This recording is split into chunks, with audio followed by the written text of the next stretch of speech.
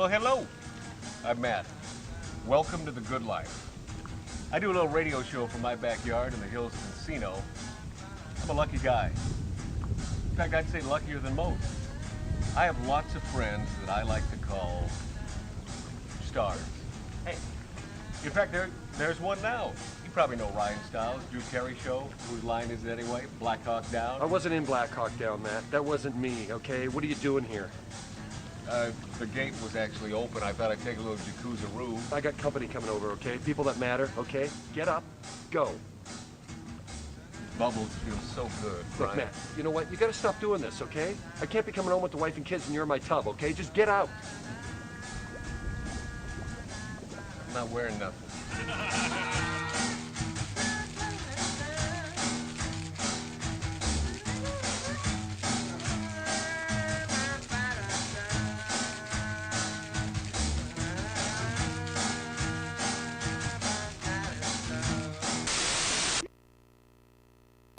Doohickey, you know, the doohickey that rolls. Hi, this is Meatloaf. Okay, kids, you know what time it is?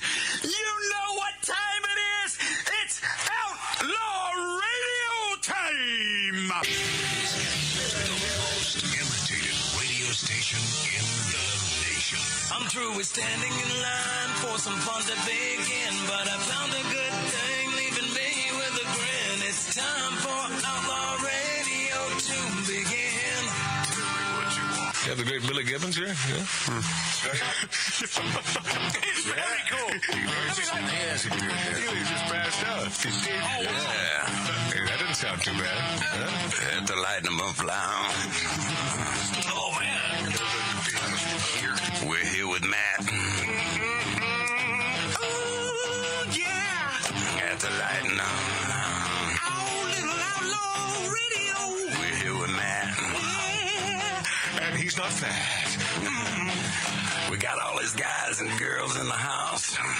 Let me tell you, that's where it's at. And that's, ladies and gentlemen, Matt Allen. Pass me a gallon.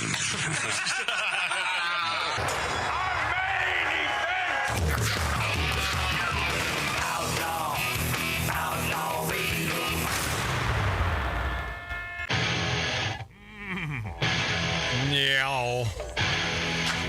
Well, because we sort of sensed you want to do a little rocket in stereo. Here we go. Creators of glam rock. Oh, yeah. What's this dude's name? Mark Boland. Yeah, Mark Boland, man. God, he was good. Inventor of glam rock. Yeah, he started it all and then lost his life in England, and he was driving the car. We had one of the dudes who was at that bar the night that Mark got behind the wheel, and he was having drinks with Mark Boland that night at that bar. Yeah. And, of course, his girlfriend lives. How about that? That always happens. That always happens. Yeah. Girls live. Yeah, T-Rex is one of those fantastic. I love those dudes, man. They were way ahead of their time, I thought. Yeah, I figured I'd start it up a little upbeat. You know, they were doing like this grunge thing way before that whole Seattle crap. Yep. No. Yep. All right. I guess show's over. That's it. Yeah. Later. Good night, everybody. Thanks for coming. Yeah, thanks for being here. Okay, a question I will start by posing to Tattoo Dave, our producer. Do you keep your butter on the countertop or in the refrigerator? Both, to be honest. Okay. No, don't be honest. No, the last thing we want on this show is honesty. Well, we tell the truth. But Mark yeah, both. C.G. Are you through, Dave? If you want me to be, yeah, I'm through. Mark C.G. Boyer? I always keep it in the fridge.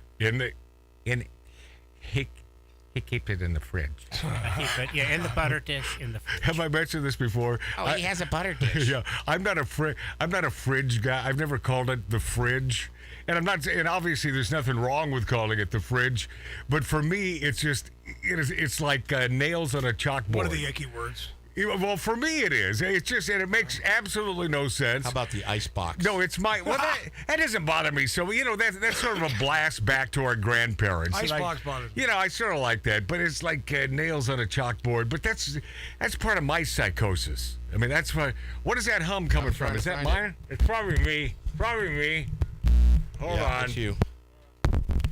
Yeah, you know it's always it's. Oh God! Oh son of a bitch! You know it's always the most expensive microphone. You got it. Yeah. Oh, I got it all right. Where was I? Oh, so Mart, butter in the refrigerator or on the counter? Well, you already know. And on the counter, of course, all my life. My mom's done it. My ex did it all my life. Wait a minute, your mom did it and not Matt's mom? Look it up. Look it up. It can never, ever go bad or hurt you. It'll lose the taste. That's all it does. Hey, Dave. Yes, sir. Yes, sir. Doesn't it sound like Mart is looking for a fight? Well, why here? don't you put the headline up there knowing that I do this? Who's looking for the fight knowing that I do this? Well, what's the big deal? It just posed a question. Okay, Right. Dave, is there anything wrong with leaving butter? Hold on. I don't think so. I don't think that's what he's saying. Yeah, did anyone say that? It says, well, what's the headline? Did anyone say that, What's Mart? the headline of the show? Hey, Mart. Is it okay? Right. So, that right or wrong? Is it okay to leave butter on the counter? Meaning what? Is it okay? And What do you mean, meaning what? Are you that dim that you don't know what the question dim? means? Can I tell you something? Let me try it again. Is it okay to leave butter on the counter? You don't understand what that means? Will it kill you? Mart, or will the taste go bad? Mart, our listener is obviously a lot smarter than you. They don't need that question to be distilled down. They know what it means. Oh, okay. Is it okay to leave butter on the counter? That's all. It's a real easy question. Yes, is the answer. Right? Yes. The answer is yes. Yes, it's okay, because all that happens is the butter doesn't go bad. But it'll change the flavor. But I think you have to have a real discerning palate. Yeah, because I think you could have butter out there on the counter for a week, and I don't think it's really the flavor's going to change that much. I like it because, for the obvious reason. Well, the obvious reason, there's nothing worse than hard butter. When you have a beautiful piece of toast and you want to spread butter on there and it's hard. Yeah, then you have to take a slice and let it sit there. Oh, it just sucks. Put it in the microwave, and doesn't that suck? If you mic it too long, a second too long, it just goes. That's just one of those things that will drive you crazy. You know, and especially in a fine restaurant where you get that pat of butter. Yeah, in an ice dish. And it's in an ice dish, and it's hard. Yeah. Bad idea. Yeah. You know, the good places have the whip butter, and it's real butter, and it's none of this fake crap. And by the way, you probably know this because we have a very smart listener and a viewer. Obviously smarter than me. I've been told Magic Matt's Outlaw Radio on YouTube and Rumble.com. It's okay to leave the butter out and stay away from margarine products because those things, I believe, will kill you. Yeah, those are nasty. Those are the nasty things. Saturated fat. Yeah, those are, when this came about years ago, stay away from butter. Butter's a real bad thing. No, I think butter is a real good thing because it's a natural product, yes? One thing I would like to do, which I'm going to get, leave it out, but have that little glass container that goes over the top. So you keep it covered but out. Keep the flies off. A butter dish. Yeah. Right. My butter dish that goes in my fridge. Right. I don't use it that often. I have one from the 1919s, and it's in my curio cabinet at home. It's genuine crystal. And you're all invited to come over and see Mark C.G. Boyer's curio cabinet. Oh, my God. Yeah, it's like Jake, the alligator man at Pike Street down below on the waterfront in Seattle. It's a lot of fun. That's the first thing he showed me when I went over there and worked on his water heater. Oh, yeah, the curio cabinet? I got to show you my curio cabinet. My curio. I can't wait. I want to go see it now. By the way, that's worse than saying fridge. Saying curio cabinet, that is worse than saying the word fridge. My curio. I found you. We found her dead next to the curio cabinet. And the only thing curious I found about his curio cabinet is that there was nothing curious in there. That was just, it was just, yes, but severed ears and noses. Yeah, well, I'm thinking we found probably one of the great serial killers of all time in Mark C.G. Boyer. Yep. The other misnomer, not that you need to be told this, but I'll just bring it up since we're sort of on this topic. Eggs don't have to be refrigerated. No. right? No, talking about farms. Did you know that, Mark? No, I didn't. I bet you did, and that's why I bring it up, because if one person on this show can learn something, damn it, we haven't accomplished a damn thing. Yeah, but, and it's damn sure to be Mark. yeah, but the point is, you don't have to refrigerate eggs. Look at farmers. But you don't want them to overheat either. You want them at room temperature, yes? If you refrigerate them, Yeah. they last 2 to 3 weeks past the expiration date. All right. So that is also. Well, maybe I can believe that. How about- 100%. How about, 100%. how about the farmers that have chicken coops and the eggs sit out there forever? Right, for a long time. You know, they go get them. Hey, go get some eggs for breakfast, whatever. But that's before they hit I'm the just saying, stores. once packaged, Yeah. you know they put a little expiration. Because I date. love a good egg as long as I don't think about what I'm eating. Yeah, I know. You start thinking about, I guess you start thinking about that in any respect of any food. Yeah. You start thinking about what you're eating. Even a ribeye. Yeah. Oh, no. Especially a ribeye. Yeah, that's you totally want to blank out there. Cow meat. All right. Welcome to the show. Good morning. What else is okay to leave out? Well, you don't want to leave out milk, but the other misnomer: these expiration dates are a big crock of crap for the most part. They're a suggestion. Yeah, correct, Amundo. They are a suggestion. Sell by date. Yeah, that's what it is. Most of them say sell by or Yes. best buy. Right? Yeah, But not necessarily bad. They buy. just know that most people are stupid and they'll get rid of it and buy some more. You know, that's all that is. Because Matt and I were discussing freezer burn. I know we discussed some pretty cool, intricate crap. No, Mart brought up freezer burn And- I had no interest in the topic of freezer burn, but he noticed some shrimp in the freezer, and he brought up freezer burn. Freezer burn, freezer schmurn. No, it doesn't hurt you, but that will definitely affect the taste sometimes. Nah, not on this. Not on these shrimp. Not on these shrimp. I mean, they're already foul because they probably come from Malaysia or something. No, they come from the farm-raised. LA River. Yeah, you know, they've already been floating around in fecal matter, so, you know, what the hell? Hey, the other thing, hey, I watched by the way, we're going to get into this Ben and Jerry hypocrisy and this BS in a few minutes. Oh, no. And sort of an answer to my daughter's question growing up. Wait, why can I not have Ben and Jerry's? Well, it's political, hon. And I've always disliked these guys. Mark kind of looks like one of them. Yeah, he does. Ben or Jerry. I don't know which one, but Jerry. It's Jerry. And by the way, I can't decide which one I like the most. Well, now it has to be Ben. No, either one. Bend over is either one of these. A couple friggin' America hating sons of bitches. I'll get to that in a second. So, minding my own business is it's probably my headphones. You sound fantastic. Yeah, Let's okay. just It's go probably my along. headphones in my left ear. Yeah, Mart? sorry to interrupt, but since we're just still on that food topic thing, is it okay to eat bacon every day? I think it's Especially when it comes from Wisconsin. when it's Newski's Because I bacon. tell you, we've been trying it every way you can possibly man. think. Oh, yeah. And it is that It good. is the greatest bacon on the planet. Bacon from Wisconsin. Thanks to Beth and Tony, man. Oh, Thank man, you. that thick bacon. You had some of that? Oh my god! Is that the best It's ever? unbelievable. Yeah. It's really unbelievable. Yeah, we like meat products on this show, and we like cheese. Anything that'll eventually kill you, and by eventually I mean 5 years. Just wrap your bacon around a stick of butter. Yeah. and Depends call on it the a day. expiration date. So minding my own business and Prime, and I received a notice from Prime that the price of stars on Prime is going up. Well, I never paid for stars on Prime. What stars? STARZ. It's another movie channel that is included with Prime, but there was a gray area here, almost as though they don't want you to know what they're talking about.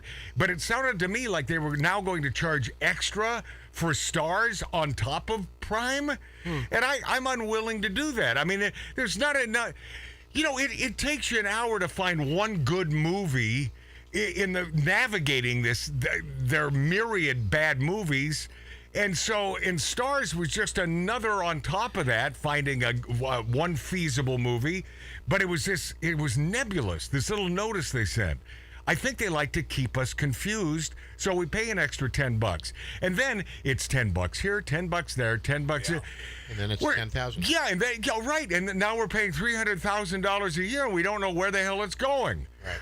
But I don't like it. Anyway, I didn't know that they were they were in Yeah, cahoots. it's combined. Stars is part of Prime, but it looks like they're going to change things and start charging extra, and I refuse to do that. Any way they can gouge. I'm boycotting them because the folks at Stars, they drink Bud Light. Does that mean that we don't have a choice? I don't even get it. That's what I'm saying. It's a friggin' gray area here. I don't, hey, if one of you are folks smarter than us, and that could be, well, any of you. All of you. Yeah, if you could comment on our YouTube page, Magic Matt's Outlaw Radio, or our Rumble page at Magic Matt's Outlaw Radio, maybe give us an answer. Please do the research for us because Mark is playing solitaire. I will tell you this, Tattoo Dave, they don't have to do the research. They know the answer. Yeah, probably. We got a bunch of smarty pants. So I'm minding my own business watching Prime, and I decide that, hey, I've never seen this movie, and it's a movie starring Sean Connery, and I love Sean Connery, and it was... The Many Lives of Distinguished Gentlemen, or... Oh, God, was that horrible. What was the movie? What's it called? The Society of Distinguished Gentlemen. No, that's wrong, too. The Societal Remains Seven Faces of Dr. No. The Seven Faces of Dr. Lowe's Distinguished Gentlemen. And the premise sounded awesome, and the beginning of the movie was awesome when Sean is a badass, and he shoots the hell out of about 15 people. It starts off so great, but Mark C.G. Boyer surprised me just now that you are correct. Oh, at the League of Extraordinary? Yeah, gentlemen. Yeah. And it starts off so great, and the premise is so excellent, and my God, what a travesty of a movie. What a terrible movie that is. And there's no reason why that movie should have been Suckville. I like the idea of having all the mythical. Me too. Mythical heroes. I think it's a great idea. And they fantastic. And they just lost it. You couldn't even follow the thing. Now, who's beating up who, and why are they out there in Siberia? They're all crazy. Oh, and I can't even say that I recommend it because it was bad. It's just you're just trotting through this thing, and then the guy that turns into the monster that from Paris. What do you call that guy? The werewolf. Oh God! You say wolf? There was no werewolf in this movie. He didn't even say wolf. He said wolf. He said wolf. Yeah, and then so I had to cleanse my palate, and for only the second time. The first time I watched this was in the theaters. I watched American Sniper again. Anybody see that movie? That is directed by Clint Eastwood. It's one of the greatest movies. Man, have you seen pictures of Clint Eastwood? Lately? I'm assuming because he's 92 years old. He's got to look like hell. Yeah, he looks pretty. Well, bad. because he's 92. But he's apparently still alert and doing his thing. But he's still directing. Yeah, he's doing. But man, American Sniper, I thought was a really good movie. Is that Bradley Cooper? Yeah, Bradley Cooper, and Bradley was tremendous in this movie. Everyone, the chick who plays his wife, she was tremendous. Everyone was great, and the movie works, and it's sort of a flashback thing, him at home and then out there in Kuwait and then back and forth, and it is brilliant. I'm getting the impression Tattoo Dave never saw this. I did not. Oh, you know what, Matt? Hey, Dave, you'll love this movie. I actually really like Bradley Cooper. Then you would love this movie. Yeah, because he's even if you don't like Bradley Cooper, I didn't watch it because of Bradley Cooper. It simply turns out that he is brilliant in this movie. Yeah, I'll have to check Matt, it out. one of the bar scenes was shot. No. Can I find it on Prime? Yeah. Right now you can. No, not one of the bar scenes. At the end of the movie, at the very end, well, the last few minutes of the movie, he's sitting there at the bar, and he's talking to his wife on the phone, and she said, "Well, are you still there yet?" "No, I'm home side. I'm here." And, "Well, why aren't you home? The kids want to see you." He said, "I just need to chill out, or I need to whatever." And he's sitting there at the bar. That's at Billingsley's Steakhouse. Pico. The former Billingsley's Steakhouse. One of the last bastions of great old Los Angeles. Right off the 405 on... Pico. On right off the 405 Pico. And it was one of my favorite... I loved it. Not the greatest prime rib or anything, but probably the greatest gin martini there at the bar. Hey, is this the reason for the name? The premise of the movie was it Sniper kind of against Sniper? He was out there. It's a true story, Dave. Yeah, he shot the guy like across the top of the roof. Well, that's sort of the end of the movie. I do remember this. I did see it. Spoiler alert, yeah. And wasn't that a great scene when he finally nails that son of a bitch? I do remember this. Oh, yeah. Yeah, it's brilliant. Awesome. Yes. But it always brings me back watching that scene at the end. I mean, only twice have I seen the movie, but sitting there at that great old bar, Billingsley's, which now, I was going to say no longer exists. As I understand it, it's still there. Well, the thing is, but it turned into a hamburger joint. Yeah, the Apple Pan, I think. No. Just some weird, expensive. I don't know any restaurant that ain't serving expensive burger. Chili's does a pretty good job, and I don't think they're overpriced yet. Hey, Dave, no, Barbara Billingsley from Leave It to Beaver, she had two of them. She had one at the Van Nuys Airport. Or Dylan Mulvaney's Leave It, It's Beaver. Yeah. Yeah, go ahead. Well, one actually, not at the Van Nuys Airport, but at the little, the golf course with a big ball with a water fountain and everything by Van Nuys Airport. And that was like a famous Billingsley's. That was her very first one. Yeah. And that's where, all the celebrities had their private jets at Van Nuys. They'd all go to Billingsley's, man. I mean, all of them. Yeah, that was the best one because it was a step-up bar, and you'd walk up these stairs into this cool bar, sort of in the crow's nest. Yeah. And you'd look down on the dining area, and there were giant windows, and you could smoke your stogies in peace. Oh, those were the days. Prime rib was really good. And the prime rib there was tremendous. But American Sniper, watch the movie based on a true story. And I guess I'm going to give it away here because the guy after being in just the middle of dirty battle ugliness for years, and I think he did 4 or 5 tours of duty, he comes back and he wants to help a fellow Marine or a SEAL. And yeah, that's right. Right. Yeah. And man, yeah, and travesty. Yeah, and by the way, Dave, I didn't remember this until this portion of the movie started, and I said, "Oh, jeez, there's a reason why I haven't seen this again." Because it's so sad. He tries to help his compadre after recovering his PTSD. After he went through his hell, trying to help, and this guy out on a shooting range kills. Right. This man played by Bradley Cooper, the sniper. I mean, how much hell do you have to go through, and you live through it only to be nailed by one of your men? Yeah. Yeah, it's sick. It's sick, but it's God. Now, if you haven't seen the movie, now you don't want to watch it because it's still worth a watch. It is. It's still but that's a spoiler. That's a huge spoiler. Yeah, whatever. It's 15 This is an years old movie, yeah. It's terrible. They've all seen it anyway. It's like from the 1920s, I think. So it was poker night last night, night. It was the tournament was on. Tournament of Champions. Yeah, and I believe Tattoo Dave. Did you come in number 1 again? I sure did. Yeah, and Wow, good. Congrats. Yeah. Thank you. Congrats. Thank I you. told Dave it's going to be down to he and I. I mean, eventually, I'm getting there. And then who's going to throw the game? I came in at number 4. Oh, between us, there's a chance one of us is going to throw the game. But anyway, if I keep, It could be a payoff. I keep racking it up, and then I shouldn't have played the cash game because Kato Kalin pulled a little nefarious stunt there.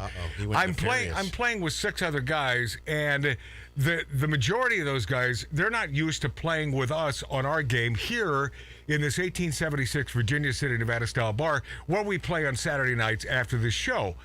And they're not used to these games, so I know pretty much how far I can push it and calls that I wouldn't make if I were playing against, say, Dave or Mark. But here's what was uttered from Cato's lips. I don't know if you recall this. Yes, I do. Oh, you do? Oh, man, give me the card. Give me the card. And he's full of S. He already had the nut diamonds for a flush. Yeah. And he made it sound as though, and I'm the only guy really in there with the second nuts, and he knows that.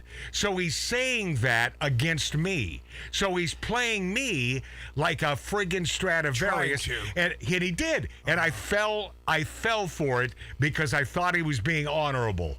And Matt. It's a little shifty. Oh, completely shifty. Yeah. No, that's Kato Kalin being a shiftmeister. He is an angler, but angler. Yeah, I mean, that's such an That's angle. not very cool. No, it's not. Because I would never do that. But I'll tell you what. From now on, I don't know about that. From now on with Kato, everything goes. Gloves are off. Yeah, everything goes. No more splitting pots. Yeah, Cage match? I'm just.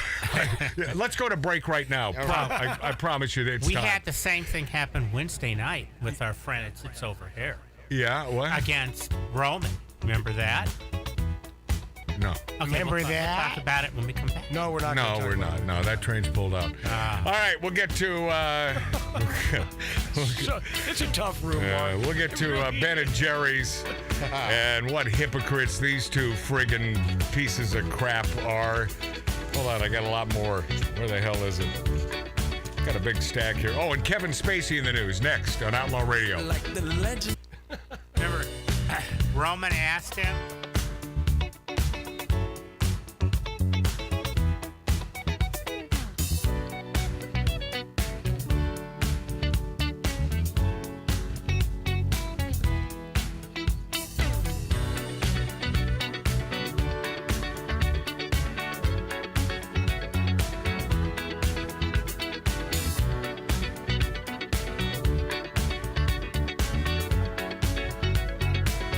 Like the legend of the phoenix, all ends with beginnings. What keeps the planet spinning? The force from the beginning. Love. We've come too far to give up who we are. So let's raise the bar and our cups to the stars. She's up all night to the sun. I'm up all night to get some. She's up all night for good fun. I'm up all night to get lucky. We're up all night to the sun. We're up all night to get some. We're up all night for good fun. Ladies and gentlemen, you're listening to Outlaw Radio. The staccato hoofbeats of a golden palomino, carrying a man who fights wherever justice needs a champion. Magic Matt Allen.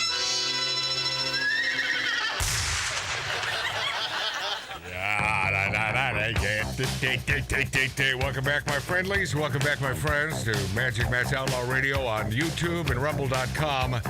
We're also up there on Twitter. I don't know how that works, except I know that we're up there on Twitter. Wow, a lot going on with Twitter right now. Yeah, I know, a lot of controversy, a lot of whatever. You know, the things we immerse ourselves in, the things we care about these days.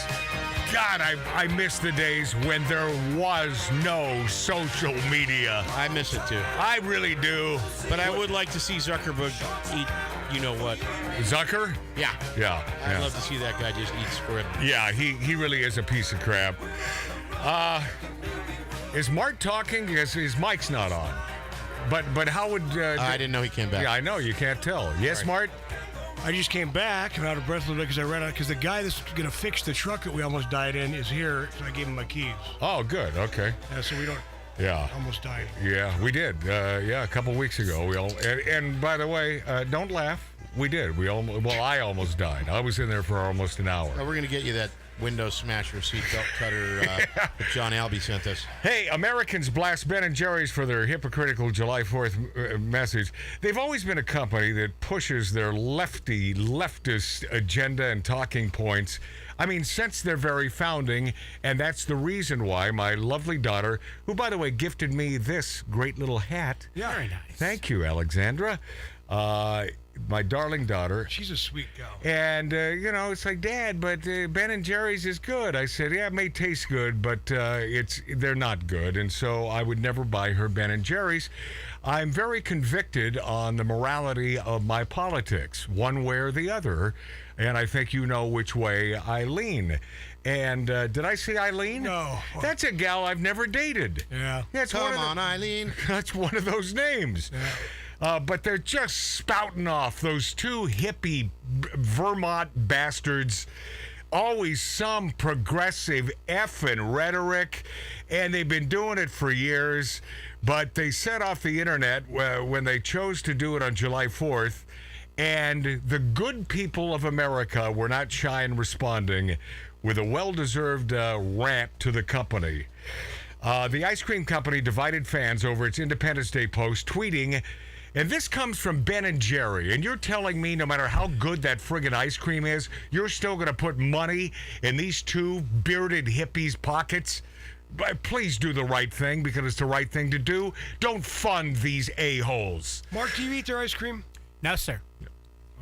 Do you think he's being honest? No. Yes, he is. 31 flavors. Have you ever had Ben and Jerry's? Okay, good. Yes, I have. Good. Baskin-Robbins, a good American company. Good for you. Hey, before we get too far, I dated a girl named Irene. Yeah. Okay. Would that count if she was Japanese? That's close. Well, yes. Because they wouldn't be able Yeah, to no, I understand. Oh, you don't have to explain it. Linda Yeah. Swayback. So good. Way So- back. so No, then I yes. understand. Yes, Yeah. I have then. Peg Yeah. leg? Yeah, you're right. Okay, so here's the post from these two hippies. The United States, and by the way, nothing against hippies. My uncle in northern Nevada, he's sort of a hippie, and I love him. Wonderhussy, hippie. Wonderhussy, she's a hippie. Wonderhussy, our beautiful Wonderhussy out there in the Valley of Death, where it's probably 122 degrees today. She's our favorite hippie. Somebody just died out there, man. Yeah. Right? Found him Somebody dead in his car. found some dude 65 years old. Oh, no. dead in his friggin' car out in what was it, near a ranger station? It's a park. It's a state park. So it's a state park in Death Valley, California. He had no water. But it was only 300 yards away from the highway. Yeah. I mean, what the hell, man? Yeah. But he was medium rare. Okay, that's Mark C.G. Boyer.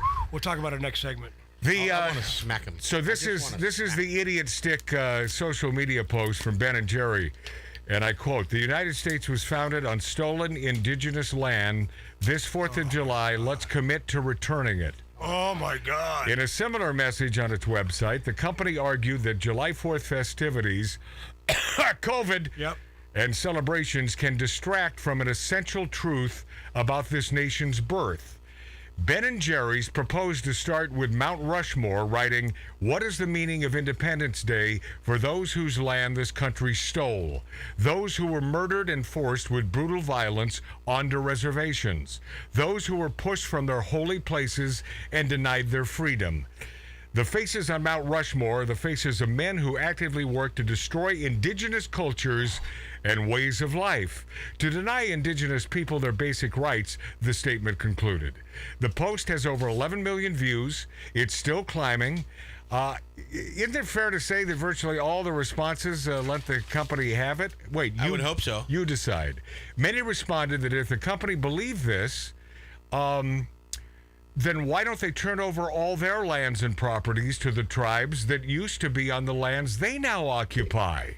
Right? Isn't that a feasible idea? Yeah. That if they wanted to push this idea, they should turn over their land first. Yes. Yeah. Ben & Jerry's corporate office is in South Burlington, Vermont, home of the Abenaki people. There are 3,200 of them still residing in the area. Ben & Jerry's, give them their land back. Give it up, Yeah. bitches. Give them their land back, a-holes. Yeah, practice what you preach. Ben & Jerry's is owned by Unilever now. Now, why doesn't Unilever give back all the land on every one of their many companies? This is a communist. This is like their. No, they are dyed in the wool. These two hippie asses, Ben and Jerry, they're two friggin' Marxist pieces of crap. Some took it a step further and even brought up the cows, pointing a finger at the company for taking milk from cows and asking when they were going to give that or the profits back. You make profit from stolen milk, forcibly removed from the udders of enslaved female bovines without their consent. Repent, you evil SOBs. Yeah, that's funny. This is going to be the end of them, I hope. When are they going to free the captive cows they are using for the milk to increase their profits? Since we all know they're not about to turn over their properties or their money, it's all about money and it's all about virtue signaling. That's what these people do. Yeah. But they're not reading the room. Folks aren't sitting still for this crap anymore. Like one of our favorite country singers, John Rich, called for Americans to make Ben & Jerry's Bud Light again, meaning to initiate a boycott against him. And, of course, Bud Light desperately tried to dig itself out of the hole it made for itself, and none of it is working. Yeah, Ben and Jerry should be looking at what has happened to them, I think, but I don't think they have a big vision of their idiocy when they're putting down the United States of America. Or maybe their in-house polls show that only Gen Zs eat Ben & Jerry's and they're on the same side. Could it be something like that? Could be, and take away Independence Day. Or yeah, they sold out to this company that owns them, and Unilever? It's really them talking. No. Ben & Jerry have always been cretins. Now, didn't you have a Unilever at one time? Yeah, well, yeah, but a little laser surgery, and it got rid of it. Those are nasty. Oh, man, especially when there's one protruding from your ass region. Oh, my. Oh, yeah, it hurts. Is that outpatient? Other hypocrisy by Ben & Jerry's. Back in June, they were pushing the liberal narrative of the time that hate speech was up on Twitter since the Musk takeover. So, you see, they were pulling their advertising, yet they are still spouting off on Twitter. So, what are they still doing there if Twitter is so evil? That's about the definition of hypocrisy. Because they talk out of both sides of their mouth. And speaking of gay ice cream eaters, Kevin Spacey, accused during a sex assault trial of coming out as gay to disguise allegations of sexual misconduct. Now, we've sort of on the show, by and large, been behind Kevin Spacey, thinking that these allegations are from these disgruntled a-hole wannabe actors who had sex with Kevin. But I just can't imagine Kevin forcibly. And by the way, simply because I can't imagine that happening doesn't mean it didn't happen. No, hold on. He was acquitted of all this, wasn't he? Oh, listen to the House of Cards star Kevin Spacey. He's been accused in court of coming out as gay in an attempt to disguise sexual misconduct allegations being made against him. Victims told the court that he felt incredulous. He's back in there, man. He's facing a lot of years. Oh, no. Wow. Yeah, how could he be so insensitive? Said he felt that Hollywood stars' decision to come out as gay. Wait, who's saying this? I don't know. Follow along. Somebody from Hollywood stars. Yeah, and he's not taking ownership of his behavior. Spacey, that's according to a report by The Guardian, which is, I believe, are you a homeowner? Are you a homeowner, or do you rent? Publication. Spacey is currently on trial in London over sexual assault allegations made. Man, this was 6 years ago, and paying for it now. He responded to this at the time by issuing a statement announcing that he now chooses to live as a gay man. All right, and it's gay. It's guys that are accusing him. He's not. It's not accused of heterosexual sex. Of right? course. Yeah. So I have a feeling, Matt. Hold on. Here's what Kevin said. As those closest to me know, in my life, I've had relationships with both men and women. Well, okay, Kevin, that may be true, but you didn't like the sex with women, and you know it. Yeah, not whatever. He didn't like the sex with women. I mean, the guy's gay. I think he's going down. The American Beauty star, what a great movie that was. Yeah. Said at the time, I have loved and had romantic encounters with men throughout my life and now choose to live as a gay man. Okay, we know that's a big crock of crap. The guy, he is a gay man. I want to deal with this honestly and openly, and that starts with examining my own behavior, Spacey added. He was accused of making unwanted sexual advances to a 14-year-old. Now, see, that poses a problem. That's a problem. That's creepy. That's creepy. Yeah. At a party in 1986. What? Yeah, this goes all the way back to 1986. 40 years ago. Yeah. And this trial just began June 28th in London, and he faces 12 charges related to allegations involving 4 men. The charges reportedly include sexual assault, indecent assault, and causing an individual to engage in sexual activity without consent between 2001 and 2013. The alleged victim also told the court that Spacey had issued a machine gun of sexual comments at him. What does that mean? I don't know. Rapid fire. No, I get it, but okay. Is it illegal to? I mean, can't you say shut up or? Yeah. And grabbed him in an intimate area. Well, you shouldn't be doing that, I don't think, right? No, I think something. I mean, whether it's a man or a female. I mean, you just don't do that. Well, then let's put Biden in there too. No. You know he's untouchable. Have we been working on that? He and his kinfolk. Apparently, cocaine Which in the White House. made him a millionaire. No, he's untouchable. They're saying tourists threw the or it was a janitor now that threw the cocaine on the floor. Yeah, of course. Well, it couldn't have been his son. But this dude who is after Spacey, said he made him feel belittled and worthless, adding that the alleged assault felt as if it lasted an eternity. It lasted 40 years. I've never had people speak to me that way, and I felt so degraded. Well, then you say screw you or use the F word, and you walk out. You leave, but that's right? Not how You leave. Which probably happened. You get the hell...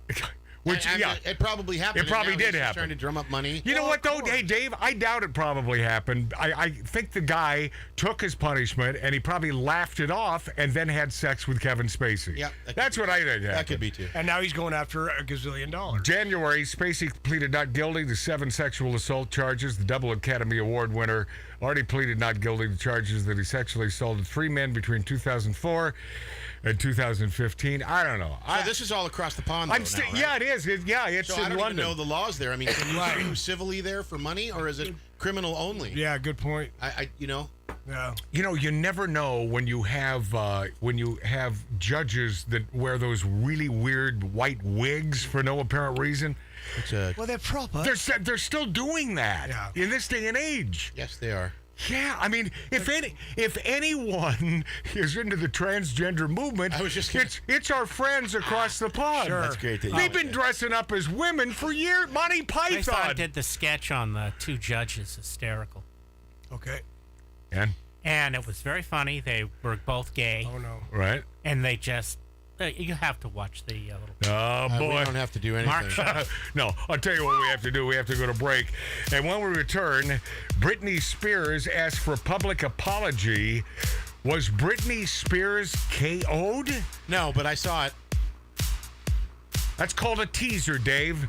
When I say was Britney Spears KO'd, that's for those who don't know the whole story. I know. And no, you don't know. And might be interested in knowing the answer, but we're gonna call him Tattoo the Spoiler Dave from now on. Bingo. That's his bingo. That's his new moniker. So we got some Britney crapola, and Republicans bash Biden's woke EV rule as unlawful. Next on Outlaw Radio.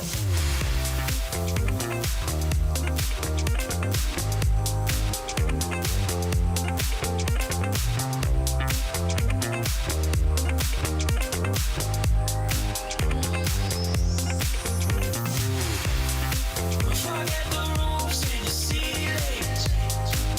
Baby, let's go party. Get around and feel it. Baby, let's go party.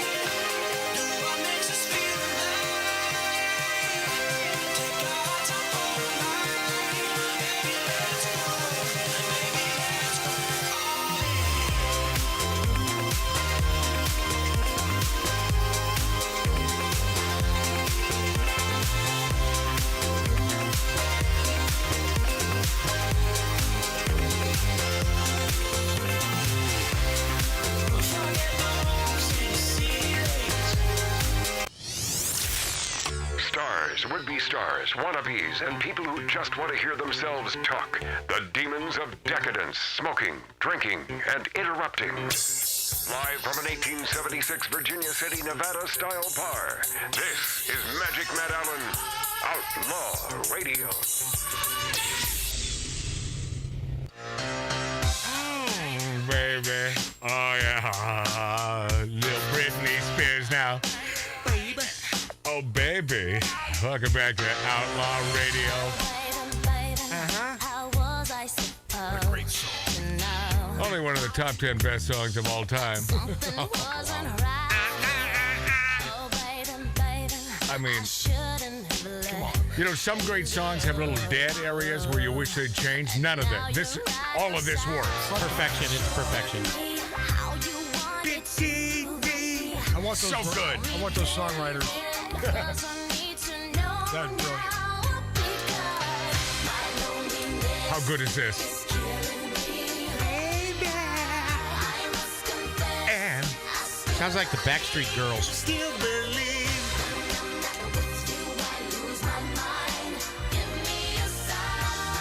Little hottie.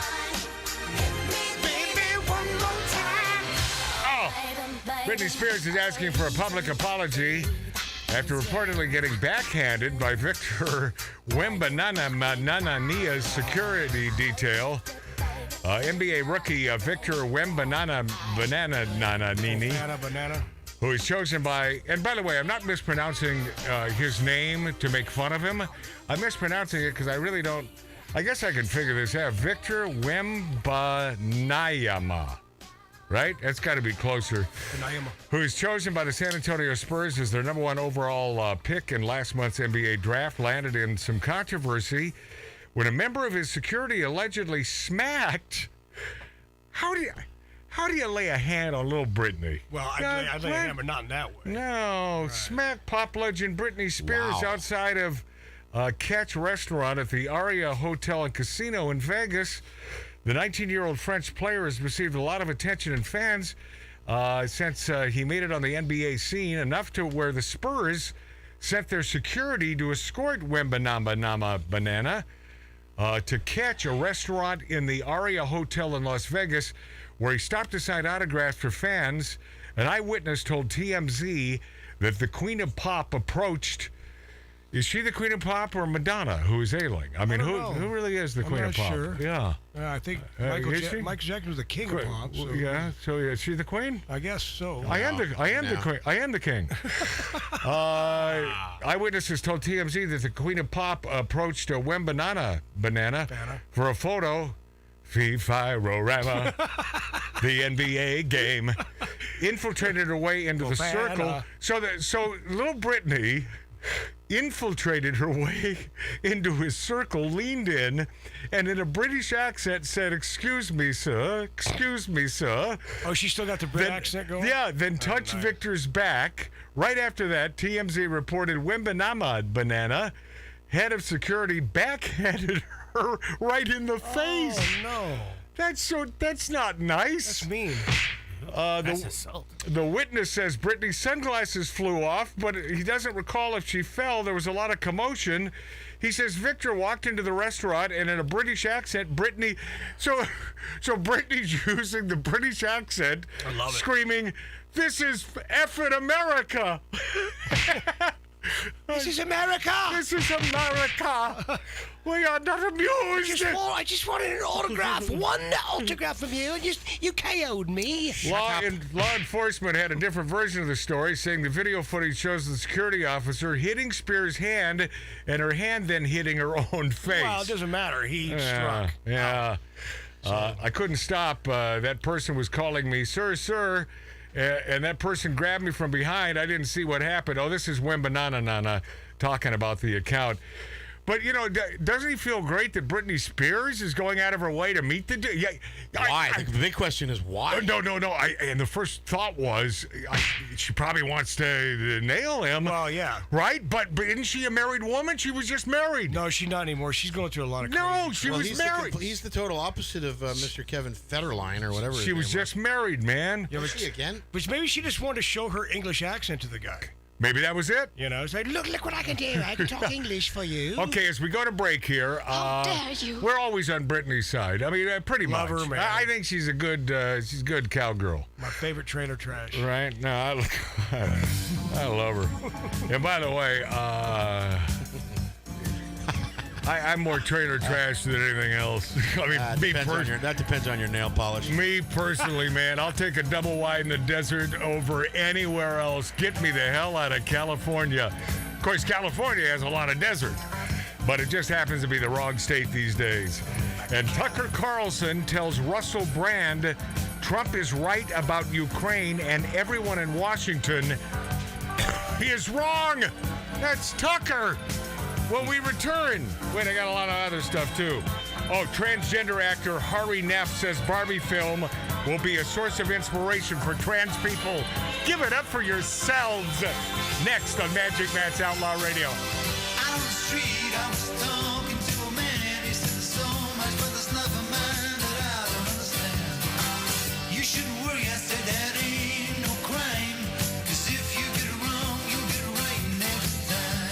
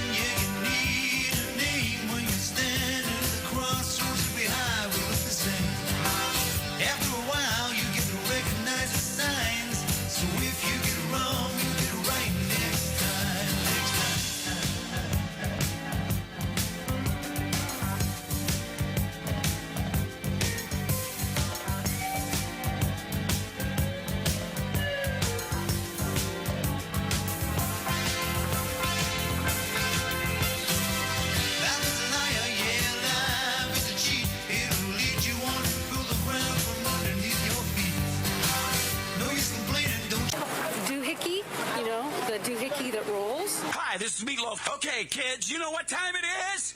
You know what time it is? It's Outlaw Radio time! The most imitated radio station in the nation.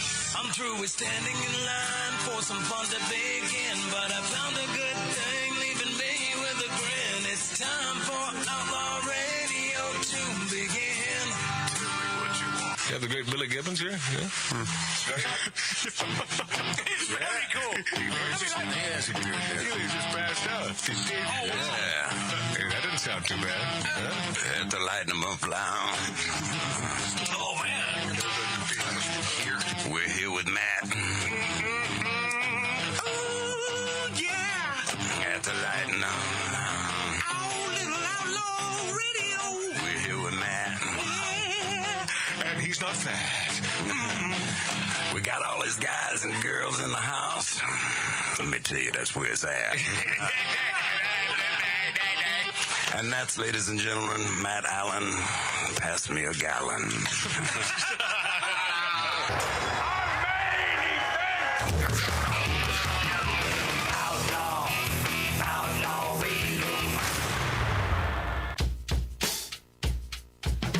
Oh, yeah, we try to forget that America is going down a rat hole. But we're doing our best here on Magic Matt's Outlaw Radio to make us all aware of the various rat holes that we are diving into thanks to this current administration, a bunch of Marxists. Welcome back to Magic Matt's Outlaw Radio on YouTube and on Rumble.com. Thank you for spending some time with us. Democrats' obsession with sounding the alarm causing this massive hysteria, which is every day and every minute over the Earth combusting one day due to the so-called climate change. It's taken another turn in the wrong direction, my friends. President Joe Biden is being criticized over his proposed Environmental Protection Agency. That's the EPA. Boy, those guys should be abolished. When we start cleaning house, get rid of them. Mow them down. It would force auto manufacturers to make more electric vehicles. Is that the American way? Is that to force It's the new regime. a business to make more electric vehicles? This rule would force auto manufacturers to grow today's 8.4% share of light-duty new electric vehicle sales to 67% by 2032. This is Marxism, my friends. Well, you heard what Ford... This ain't America. What, Mart? What Ford Motors just did, right? And then you'd usually follow it up with what they did. Oh, because I thought... Since you brought it up. I said, do you know what Ford Motors just did? That was a question. So you don't know what they did.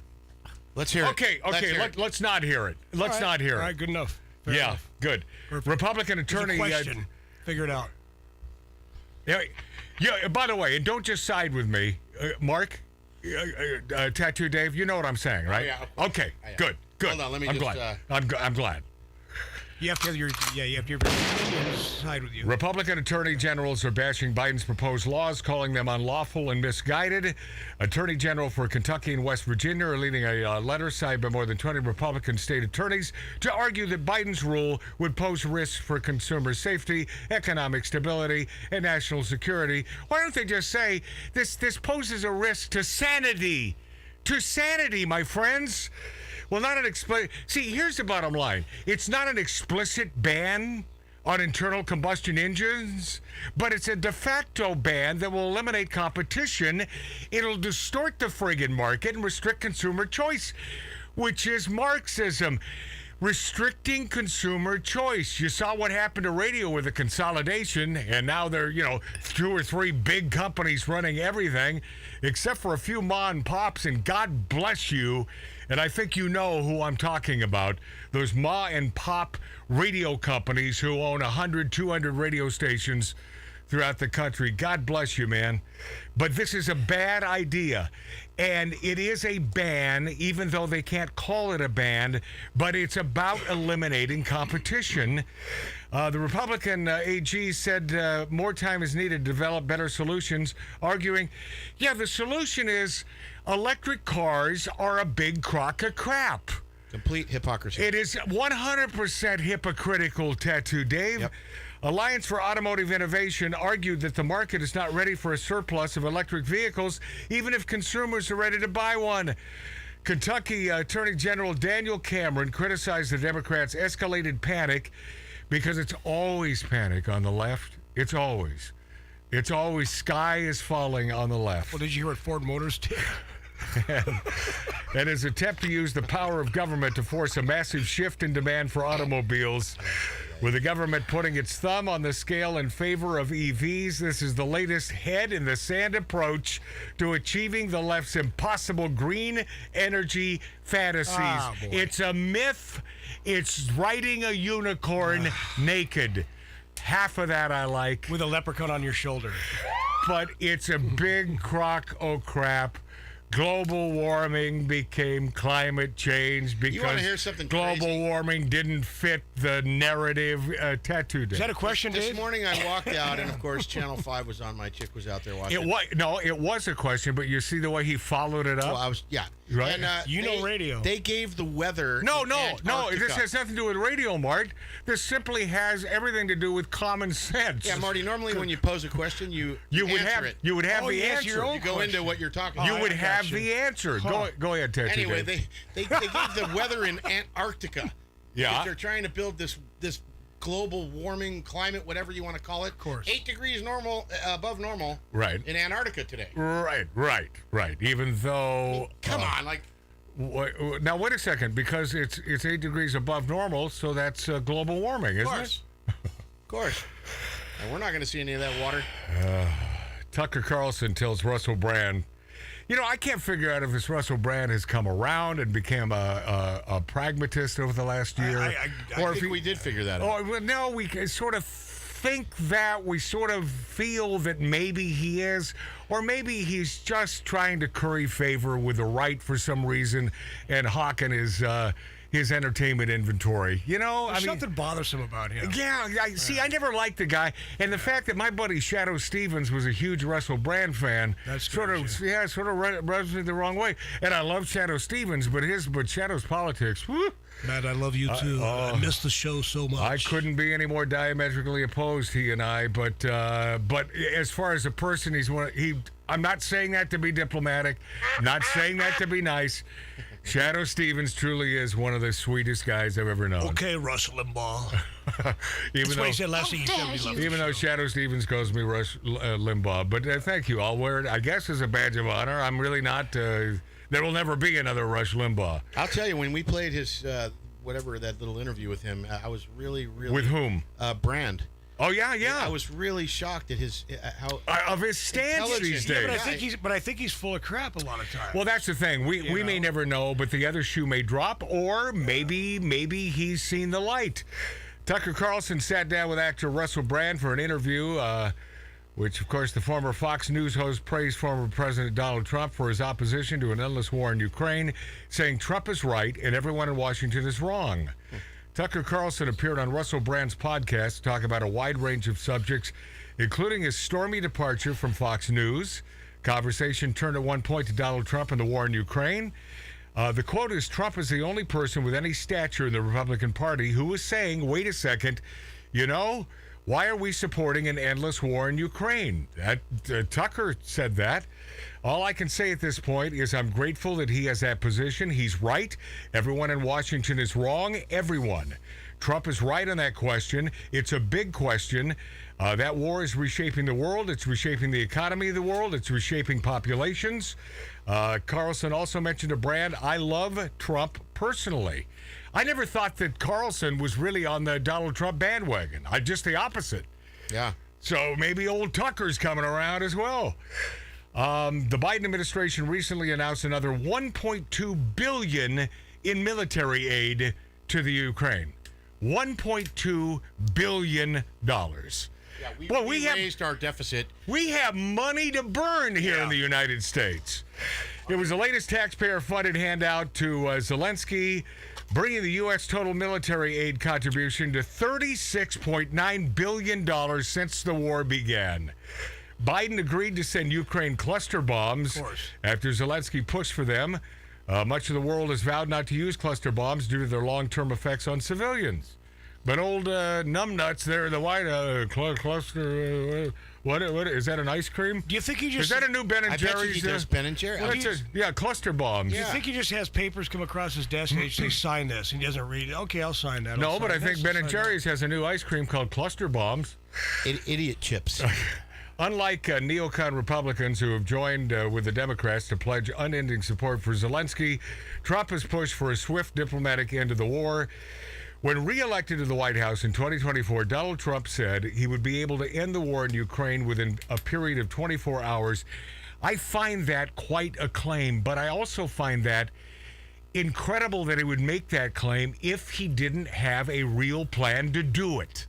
So what does he have? Pics of Putin with a panda? And goat. Well, goat would have been too easy, but I went with the alliteration. But what is it? What is it that Trump has on Putin? Because he seems rather sure of himself that he can end this war within 24 hours. Yep, one day. He's got on record as saying this. Yep. And everything Trump has said as president, he accomplished. Of course he did. I mean, 99.9% of everything he said he'd do, he accomplished. I believe he could do this. So he must have a plan. Yeah, there's one thing that he didn't do that really irks me. What is that? He said finish the wall? He said he was going to make concealed weapon permits national. Oh. So if you had one in any state, you were good across the country, and he didn't do it. Was that one of his pledges? Yeah. Oh, I don't recall Well, that's a tough putt, though, David. It is a tough putt, but he didn't put anything into it. Right now, a few states, not California, of course, Yeah. it never will, but a few states have made it back to the Constitution, where yes, the Second Amendment, they brought it back. You are allowed to have a concealed carry. Yeah, California actually did do it, Marty. It's become much easier. Well, much easier. Yeah, you can't just do it without. You still have to have the permit. Well, yeah. I mean, they're not going to let any Joe Schmo, but yeah. Right. Yeah. And by the way, too many Joe Schmoes in the state of California. Way too Have you many. noticed that? Yeah, one sitting right here. Lock them up. And Which one is that? Which one is that, Mark? I have a question I feel. here. I have a question I feel I have to pose. But I just want. But I was just saying. Is it a contest? But it was only. I love it. But I was only. Can we guess? I want my cigarettes, Nurse Ratchet. I want them now. I want my cigarettes. But I just. Can we guess? But I only. How dare you? Well, my question is. Damn it, Martini. Here's my. I want my cigarettes, Nurse Ratchet. Does Donald Trump have pics of Putin with a panda? Does he? And does Panda Express use panda meat in their Chinese food? Okay. My question was valid. Wow. Transgender actor Hari Neff says Barbie film will be a source of inspiration for trans people. What's his name? Hari Neff. Hari Neff. Yeah, that's pretty scary. Says Barbie film will be a source of inspiration for trans people. And to that I say, so what? Yeah. So what? And why, really? So, correct all of those questions. Yeah. So what and why? An inspiration? So what? Right. So stinking what? Why? Because one of the hottest chicks in the world dresses like Barbie? That's going to help the transgender. People are so Dave. stinking narcissistic. This is all about narcissism. These are narcissists. Do you understand this? It's about us, a fraction of a fraction of a fraction of a minute segment of the population. And this Hari Neff says the Barbie film will be a source of inspiration for trans people. That is narcissism. That's all that is. Me. Us. Give us special rights. Pay attention to us. Make us feel good. Right. Screw 99.999% of you. Screw you. It's all about us. This little tiny fragment of society that is the squeaky, friggin' stinky wheel. I think we've had enough, most of us. I think most of us have had enough, and I don't think it's going to last much longer. Narcissism, man. Gen Zs and their preferred pronouns, stick it. Yeah. All right? Stick it. Stick your preferred pronouns. But more narcissism. Well, we're going to make up pronouns. It's them, theys, the, them, those, doth, do, that, there, bad, there. You see these You things on... friggin' metal, you're mental ingrates. You are mental patients in need of help. You see some of these things on YouTube where a guy, obviously is a guy going in, trying to be a female, and they will say, "Sir," and he gets all pissed. Yeah. How dare you call me sir? You No, can not see how from- dare. How about just get out of my building. Get out of my Yeah. office. Get out of my Ben and Jerry's ice cream store. Oh no, they don't. No, I wouldn't have. I have a new ice cream. Yeah, what is it called? Cluster bombs. It's called mayonnaise. Yeah, all the Gen Zs are eating it. But it's just think of narcissism and you'll think of Gen Zs. And by the way, I don't hate you. I don't hate you because unfortunately you're the. And it makes me want to openly weep. I hate you're him. I'm sorry. You're the future of America. Oh boy, we're I hate him. I can't stand it anymore. I hate him. Gen Zs are. No, I decided I don't hate them. I just they're and they're not all idiots, man. You got a lot of smart ones too. But even if it's 60% of these little idiots, my God, there's got to be something that could be done. Well, speaking of the I guess not Gen Z because my daughter wouldn't be Gen Z; she'd be a millennial. But so she's going to a little family. Hold on a second. I think no. Your daughter is Gen Z. She's 28. My daughter's Gen Z. No. I think yeah. I think they just. They're Gen Z, or no, they're the other one. Millennial. They're millennials, yeah. No, they're in between Gen Z and millennial. There's something else in there. There's okay. Part of the alphabet. Anyway, so Don't fight with me over my pronouns. These are my preferred pronouns. Sorry. My preferred pronoun is somewhere between Gen Z and millennial. I'm so sorry. That's my preferred pronoun. I want you to refer to me as this. So she's going to Canada on this family reunion thing, right? They're leaving Sunday to drive from Seattle to Canada to Vancouver. By the way, good place for that sect of the family. And I said to her, I said to Michael, because she was on speakerphone. Michael is your son. My son. They were on speakerphone last night. I said, man, good luck. I said, this guy that runs that country is almost as bad, if not worse, than Biden and all this administration. No, he's worse. And then I heard Jack in the background going, I like Trudeau. Okay. I said, all right. No, but I said, what do you like about him? Guess what, Mart? You no longer have a daughter. Well, that's your daughter. No, I said, what do you like about him? That's your daughter who's a school teacher teaching kids. Oh, that's scary. Okay. Zillennials. Is that it? I like it. It works. Hey, do this. I just want to point out for those who, and you probably already heard this, punch in Trudeau, Trud, and it'll come up there, Tattoo Dave. This is this little bastard a couple years ago. I don't know, he's speaking to some class or something, and some little gal is, did you find it? Yeah, I got it. Okay, turn it all the way up, and here we go. Play it. So that's why we came here today to ask you to also look into the policies that religious charitable organizations have in our legislation so that it can also be changed, because maternal love is the love that's going to change the future of mankind. So we'd like you to look into we like to say people kind, not necessarily mankind. Ow! Find the vomit sound effect. We need it right now. Okay. Oh, that's Trudeau. That's Trudeau. We call it people kind. We don't know. Oh, God, this guy is a Marxist commie piece of crap. Transgender actor Hari Neff recently claimed that Warner Brothers' upcoming Barbie movie, based on the venerable girls' fashion doll toys, will be an inspiration to transgender and gay people everywhere. I just don't understand why. The live-action film star, Margot there's one reason to watch it, and it's all about Robbie. Just skip through every part that Margot Robbie is not in.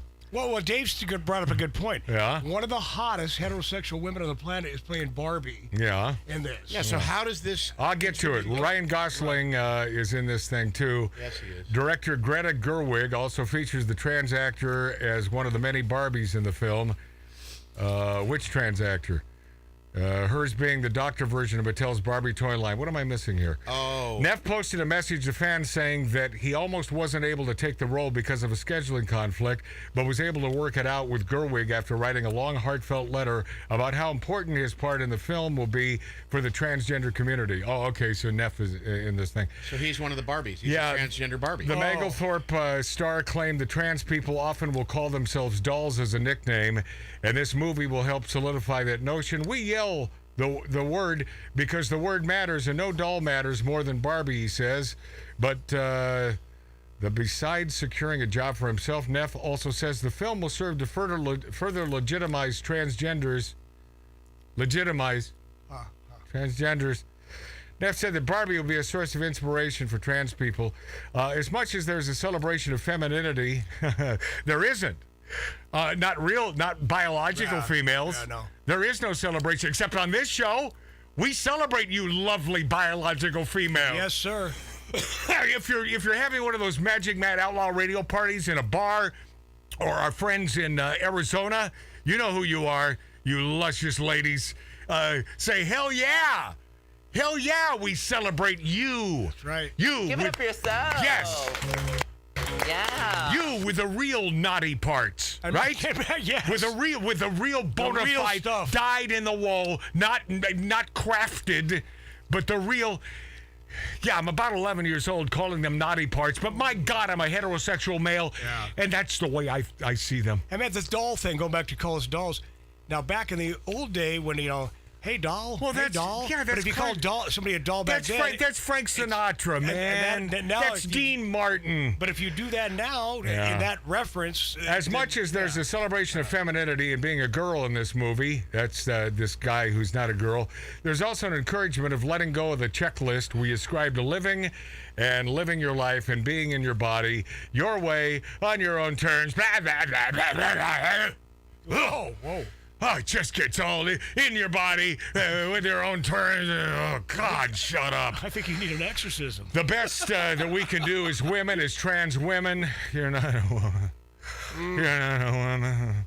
Is be there for one another and take ourselves at face value without relying on the green light from anyone else. Well, you just said it. You just said it. Don't rely on the green light from anyone else. You're comfortable being who you are. It's not about us being comfortable with who you are. Yes. Shut up. Right? Yes. Yeah. Stop being insecure, you friggin' nutbags, you mental patient a-holes. You're mental patients. Admit it. Neff also insisted that Barbie is also inspired by drag queens. Oh, what? Really? Of course. It is? I'm a lover of drag. I'm a lover and admirer from afar of ballroom culture, Neff insisted. It felt kind of like a legacy that I could honor on... Okay, am I proving my point about these folks being nuts? Oh, huh? God. This is the way they see it. They see that Barbie was a drag queen, and I was the inspiration. I've joked before, it really did feel like Greta Gerwig's Drag Race. Neff said, referencing drag performer RuPaul's long... Because I was doing acting, dancing, and comedy, and the whole time I was cinched, wigged, painted from head to toe, padded heels. It's a very specific kind of femininity. No, it's not. How dare you. No, it's not. It's a fake femininity because you're a boy. It's a regular ballroom blitz. You're a boy, yeah. Ballroom. Are you ready, Steve? Uh-huh. Yeah, and Andy, okay. By the way, Neff, you friggin' idiot, you have no ballroom. You know why? Because you're a man. Yeah. You're a man. You have no room in there. It's not a kind of femininity that I live for every single day of my life. Blah blah blah. Neff thinks Barbie will help further the radical trans agenda. It's not a radical trans agenda. You see? Oh my God! It's not. But yes, it is. It is a radical trans agenda coming from your side. Yes. Trying to make the abnormal normal and hurting people in the process. It's abnormal, but we don't care. Just have a happy life. Leave us the hell out of it. We don't have to accept it. See, that's one of the great parts of being an American. We don't have to accept it, but you certainly have the right to spout your stupid views. Right. They're gonna make us accept but when we do stupid views. When we do come back on them a little bit at their protests, they beat the hell out of the people that are protesting against them. They will smack. They get violent. They get rude. It's all about them. Neff says, I'm excited for trans a-holes on screen. I'm excited for trans anti-heroes on screen. I'm excited for trans scammers on screen. I'm excited for trans sex on screen. I'm excited for trans nudity on screen. Wow. And Barbie opens in just a few days, July 21st. There it is. Let's go to break right now. I've had enough of this crap. I've had enough of these idiot sticks, but not enough to jump right into the response from Warner Brothers that the Barbie China map backlash, not intended to make any type of statement. You'll get our views on this next on Magic Matt's Outlaw Radio.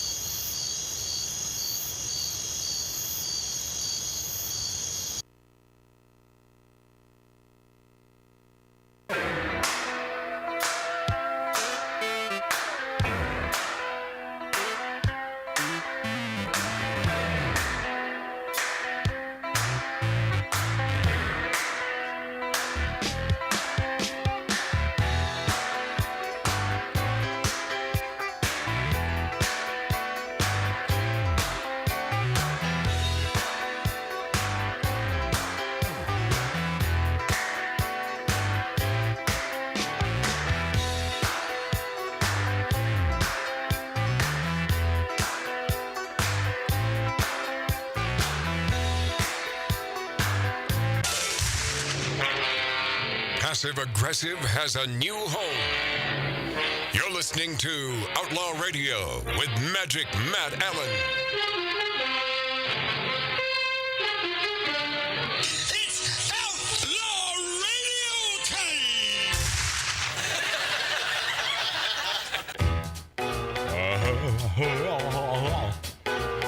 Welcome back, my friend. It was a night. What a night it was. It really was. Such a night. I am such a Luddite. I harken back to these days, man. Even though I wasn't even born when he was the king in the 50s. About the coolest guy ever. Him and Dean Martin. Boy, he and Dean Martin. It was a kiss. Maggie always said if you were to come back as anyone. Oh, it's got to be Elvis. It's got to be Elvis. I mean, that guy got more than a toilet seat, huh?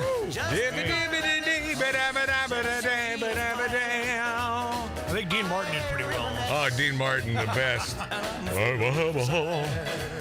Yeah, where are these guys now? They're dead. They're dead. All the good ones are dead. And the last movie star is barely alive, Clint Eastwood. He's the last one. You know, there's nobody out there. You know, you grow up. I don't think that I'm irregular in that you grow up as a child wanting to meet, your favorite stars. Sure. Like a Roger Moore or a Sean Connery and a Clint Eastwood for me. All dead. They're dead. Well, Clint's not yet. Yeah, well, yeah. Clint is, but man. He's hanging on. 92. I guess he's still directing, though, and he's still doing his thing. Yeah. But, you make one more movie like The Mule, and it's over, Johnny. Well, that was over. Oof. And I don't think he cares. And you, I will tell you, Dave. I think that he does care about the integrity of his pictures. I mean, yeah, he likes the money, but I think he cares. But I don't know. He's just so old at this point, and he's racking up more money for his little Latin lover there. Well, and all of his kids. Yeah. He's gone. Yeah, we know one of the. We had one of his daughters on the show. Yeah, she's a good gal. Yeah. He has various daughters from various wives. That's a good boy. That guy gets around, doesn't he? He certainly did. Yeah, and then he had to run into that Sarah. What's her name? Sandra Locke. Yeah, Sandra Locke. Oh, miserable bitch. Yeah. Whoa. Wow, Mark. God rest her soul. Come on, Whoa. man. Come on, be nice to our females. Well, no, but Sandra was not a female, was she? Her career took off when she left Clint, didn't it? No, he made her career. No, he made her career. That's what Mark's saying. That was the any which way That's but can. the- You yeah, can she- every which way but sarcasm. lose. Yeah, she had nothing because she was just a minor actress, and Clint put her on the damn map. Dude, sudden impact, dude. Yeah, right. Well, And she had a big role in that thing. She played Huge. she played herself, a psychotic. Yeah. Yeah. Typecast. Yeah, she was also in. God damn, how many movies was she in, man? She was in The Gauntlet too. Yeah. That's what I was. Clint's like, hey, darling, I'll put you in every movie I make. Just keep on doing what you do. Go ahead, sit on my cabeza. Yeah, she must have been a good one, huh? Oh, Huh? had to have been. Huh? That's what our friend Jim Sudden McKeechin. Impact, Bronco Billy, the Outlaw Josie Wales. Yeah. Oh, yeah. Hey, I'm glad you brought that up. I forgot about that. Yeah, she was a youngin' in that thing. Yeah, the Enforcer. There's a reason Clint went after. Wait, she was in The Enforcer Yes. too? God, isn't that incredible? But that Outlaw Josie Wales, that is his magnum opus, man. That was a masterpiece of a movie. Right. Masterpiece. If you've never seen if we have youngins who are not into some of the Clint Eastwood stuff, but you have good taste in movies, watch Outlaw Josie Wales. It is brilliant from beginning to end. It is brilliant. Love that guy. Yeah. And now that we've cursed him, Oh, no. yeah, yeah, God rest his soul. yeah, sometime in the next week he'll probably kick it. Yeah, we need to interview him. We need to talk to him first. and then Oh he's got- man, I love him. Well, one of his best buddies for many years, James McKeechin, who is the same age. We need to get him back here. Character actor. And he has his number, but then they have little infighting between them, yeah, and he called- Because of Sandra Locke. Yeah? that started with Sandra Locke. It did, or is it Sandra? Because Jimmy said one night, "Who's the dog you're with?" Yeah, having no idea that chick. He didn't say the dog you're with. He said, "Look at that dog that just walked into the bar." Yeah, no idea. And it just so happened that it was the gal coming to see Clint. All right, black man. You're out of all my movies from now on. You made my day. Yeah. And he did. He was supposed to have James McKeachin was supposed to have a much larger role in Sudden Impact. Oh yeah, he just had a but he pissed Clint off with talking about Sandra Locke like that. So he gave the big role to what's the gay guy that was in all of Clint's movies too, in one form or another. I got to know. Yeah, the I got to know guy got bigger roles. He got in Sudden Impact. He got the big role for the black guy, and McKeachin only got the detective role, and it was just a quickie when Clint comes in and he talks to the mafia guy at dinner, and the mafia guy has a heart attack, and then racing in is James McKeachin and the other cop, and that was it. Well, and then he also put him in the Every Which Way movies. Jimmy. Not both. No, he won. Oh, just in one. I finally watched the first one. Yeah. Because I've never watched the Monkey movies. I watched it. I enjoyed it. Every Which Way You Can? Yeah, but I never saw Every Which Way You Can. So I guess that's the one that James McKeachin is in. Right. So Every Which Way But Loose, Any Which Way You Can. So I guess they patched things up enough where they were talking again. But he wouldn't let him ride on the bus with him and Sandra. Oh, he wouldn't? No. He said, no, you're got to get your own way to... Oh, that's right. I remember that. Yeah. Jimmy tried to get on the bus. He goes, you have to find your own ride. No, you don't like her. Remember? She's the dog. Albert Powell? Yeah, Albert Popwell. Albert Popwell. One of Matt's all-time favorite. Oh, I got to know guy. As he's down, on his back in the streets of San Francisco. And that's when Clint says, you got to ask yourself, did I fire 4 shot or 3? And then he says, I got to know. And then he clicks, and then empty cartridge. But that Popwell, man, that guy was a great actor. He was a gay guy. Now I only know that because James McKeachin brought it to my attention. He said, that man was a little swishy. Yeah. I said, what do you mean by that? You know what I mean. I said, okay. So Popwell was brilliant, and he died. I think he died way too young years ago. And then, but there's the character actor, our buddy James McKeachin, who medal winner, man. Well, not winner, but recipient. 2 Purple Hearts. Yeah, he's the man, James McKeachin. We need to get him back here. That was a great day, man. Yeah, but let's do it quick because you know what happens to 92-year-olds. Yeah. Oh. Yeah, they kick her. They keel over. They do. Hey, Mark, how old are you? 91. Yeah, stop burping, Mark. Stop with that. Especially with the bunny ears. It really. Warner Brothers responds to Barbie China map backlash, not intended to make any type of statement. That's what they say. They've responded to I guess there's a controversy over this upcoming Barbie movie's alleged use of a map that favors communist China. The Barbie movie took a hit after Vietnam banned the film from playing in the country due to its allegedly featuring a map with a 9-dash line in it, a fake border that the Chinese government uses to show it controls a majority of the South China Sea. Now, if that truly appears in that movie, you just sort of know it's not by mistake, right? I mean, you're in the film biz. You're around it all the time, Tattoo Dave. Yeah, you know that they really don't make mistakes like this. There's a reason for this. Right? Yeah, that's planted. Yeah, there's some agenda.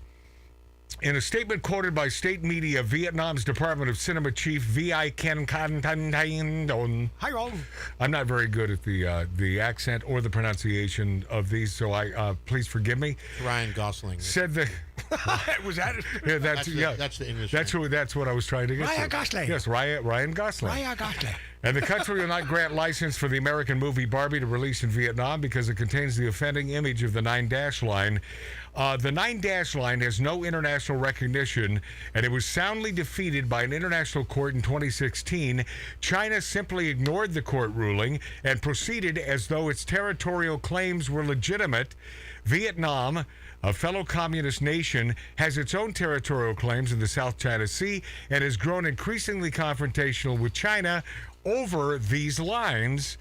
The 9-dash line claims for China the sovereign territory of the Philippines, Malaysia, Brunei, and Taiwan. A spokesperson for the Warner Brothers Film Group told Variety the map in question had no intention of ever making a statement, asserting it simply meant to depict a childlike crayon drawing. I have a tough time with that. Yeah, somebody put that in there. Yeah, It's very clear what that is. You know. The map in Barbie Land is a childlike crayon drawing, the spokesperson said. The doodles depict Barbie's make-believe journey from Barbie Land to the real world. It was not intended to make any type of statement. Well, yes. Yeah. I bet someone's burning for this. Oh, yeah. Right? Oh, yeah. Yeah. I bet someone on that set threw it up there thinking they could get away with it. Yeah, somebody in set deck or props. Right. Stills from the film seen to support this claim. A Variety provided from further context without jumping into any spoilers.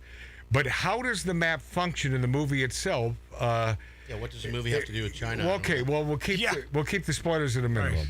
Robbie's Barbie, that's that hot little Robbie. Yeah. Robbie's Barbie is facing an existential crisis inside the walls of her pink dream world. McKinnon's weird Barbie encourages her to go on a journey of self-discovery, provides her with a map to the real world, one made with whimsy by a fellow doll. What some have taken to represent the 9-dash lines is what one source described as journey lines. The serial dashes often used in family animation and kids' drawings to represent where a character has traveled to or from. Family Circus comes to mind. Right. The map in the comic strip, right? Yeah. The map in the film also features only 8 dashes, not 9. Other parts of the map also feature similar dashes to show the character Barbie's journey across the fictional world. Well, boy, isn't this a classic Hollywood made in Hollywood movie? A fictional world. Ride the unicorn. Ride the unicorn. A spokesperson for Senator Ted Cruz accused the movie of pushing Chinese propaganda. Cruz has been fighting for years to prevent American companies, especially Hollywood studios, from altering and censoring their content to appease the Chinese Communist Party. See, there's a reason they certainly, there's money to be made if they're appeasing the communist Chinese. Well, because I think in the States... They curry favor. There's tons of money in this for Hollywood. I think in the States, the movie's going to bomb. Well, who knows? I mean, that Margot Robbie, man. I don't know She can draw. I mean, there's no doubt she can. Yeah, she can draw a U-shaped map with 9 dashes on it. How about a V-shaped map? That's the one, huh? Yeah. How about that? They should have done that. Who said that? Boy, she's a Mark, stop being nasty. I apologize. Yeah, stop being a 9-year-old. I won't do it until the next time. China wants to control what Americans see, hear, and ultimately think. This is coming from Ted Cruz. And they leverage their massive film markets to coerce American companies into pushing CCP propaganda, just like the way the Barbie film seems to have done with the map. The statement continued, Senator Cruz deserves credit for reversing these trends. Man, they must put a real close-up You know what, man? on that map. I would rather have Ted Cruz than DeSantis as president. I think. Well, Ted Cruz is exceptionally smart. He's an exceptional man. Seems to be an honest man as far as politicians go, who loves the United States of America. Stop it. I am honest, did you say honest politician in the same sentence? As far as politicians go, is what I said. No, I just had but Ted Cruz, a fine man and a smart man, and yes, hated because of his beliefs in religion, though, and in the Bible. And, say what? He's hated for that. That's anyone on the right. Yeah. But that's anyone on the right. True. Anyone who believes in the Almighty, you might, that fictional character. I mean, I just came to mind because Bill Maher will bust our balls for that. Oh, that fictional guy known as Jesus Christ and God, and what a fictional character. You know who hasn't been in the news as of late? Bill Maher for about 6 months. You realize that? Maybe he's planning on something. What the hell's going on? Is his show still on the air? Probably they're in hiatus. And the writer's strike. And now the writer's strike is really... Yeah. Oh, is that what's going on? That's probably why. All right. Hey, RuPaul's Drag Race winner Tyra Sanchez arrested again. We'll tell you all about it next on Outlaw. You've done me wrong. Your time is up. You took a sip from the devil's cup. You broke my heart. There's no way back. Move right out of here, baby. Go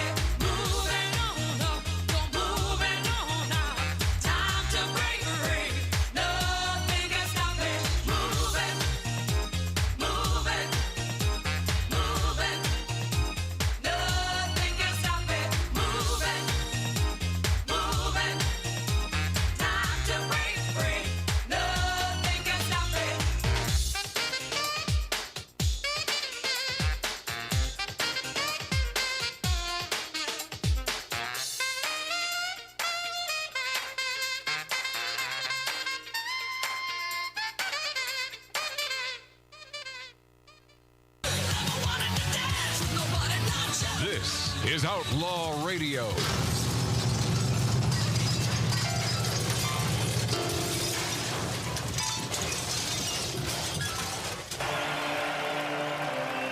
Ladies and gentlemen, welcome to Magic Matt's Outlaw Radio on Rumble.com and YouTube. Go ahead, hit that subscribe button and the activation button, or what is that? Whatever that. Follow button, whatever. Follow us, like, subscribe. Whatever the hell that is. Stab it, whatever. Yeah, I don't know. Hit it. We get a few more, and then a day or two later, they discover that we love America, and they remove themselves from our subscription base. Yeah. I don't know how we still got the $50,000 reward for the billionth subscriber. The billionth subscriber, 50 grand. Wow. So we're mightily on our way. Simply find Magic Matt's Outlaw Radio on YouTube. You have to punch it in that way because we have a lot of fakers out there who use the moniker Outlaw Radio. Well, that's not us. It has to say Magic Matt's Outlaw Radio on Rumble, where you'll follow us, and on YouTube, where you'll subscribe. And notification button, that's what I'm thinking, on YouTube. Notification button. Sound of Freedom star Jim Caviezel is blasting the news media. We'll get to him. I love that guy, Jim Caviezel. I know him through my fine friend Cyrus Narasta, a great movie director and one of the most intelligent, I love that guy. Nicest guys ever. Yeah. And Jennifer Lopez slammed for promoting her alcohol brand while married to alcoholic Ben Affleck. We'll see what's going on with that in just a few minutes. Plus, Scott Baio on moving to Florida because he has a few choice words about this formerly great state in which we emanate, the formerly great Golden State of California. And it's a dirty, rotten shame what has happened to this beautiful state, formerly beautiful. Here in L.A., it's just turning an everyday cesspool-orama. RuPaul's Drag Race winner, Tyra Sanchez, was arrested again. Well, why was she arrested, Matt? Well, thank you for asking. Well, she was allegedly protesting wearing a strap-on dildo. Yeah. Give it up for yourself. Yeah. It's okay to do that in front of our kids. That's fine because, they're normal. No, that's normal. That's a normal thing to do. Huh. Yeah, there's nothing wrong with that. Wow. Yeah. Isn't that kind of indecent exposure? No, stop it. It's a friggin' strap-on dildo, Mark. Well, isn't that pie on cake for this guy? What? No, it's a strap-on dildo. It's not pie on cake. RuPaul's Drag Race winner Tyra Sanchez arrested again. Reportedly, after protesting his prior arrest. So he's out there protesting his prior arrest by allegedly wearing a strap-on dildo in public.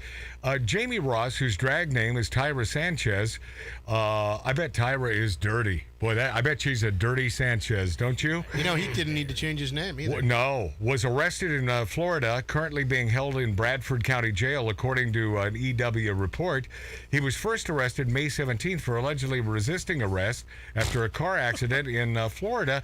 His most recent arrest came Thursday after Sanchez appeared in public to protest against police. He was in a little G-string with a black bra on. Give it up for yourself. Yeah.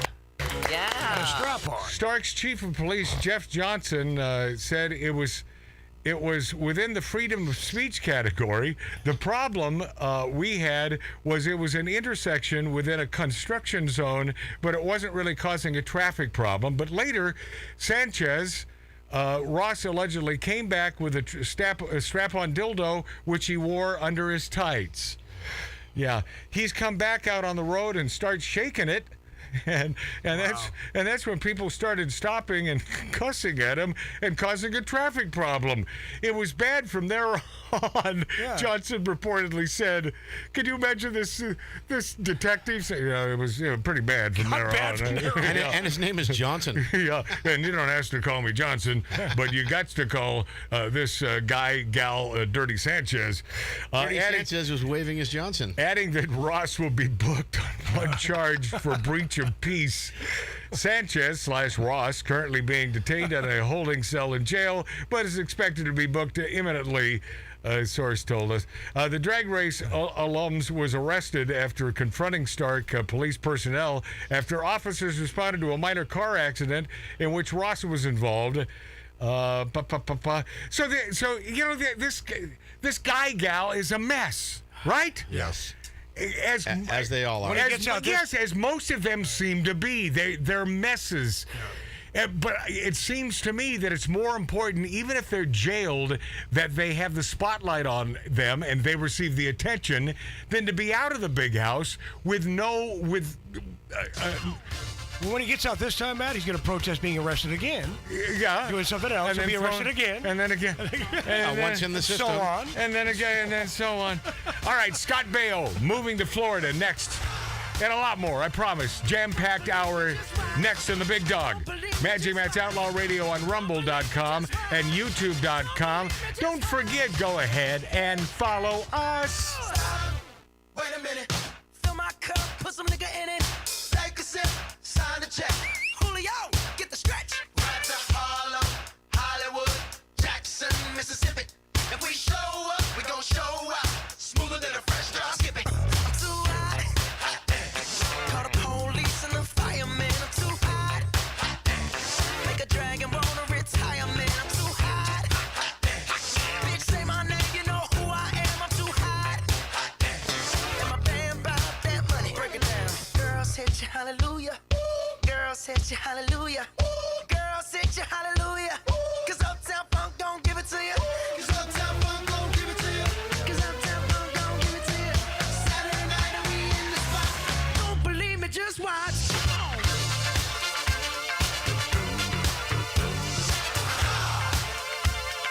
Don't believe me, just watch.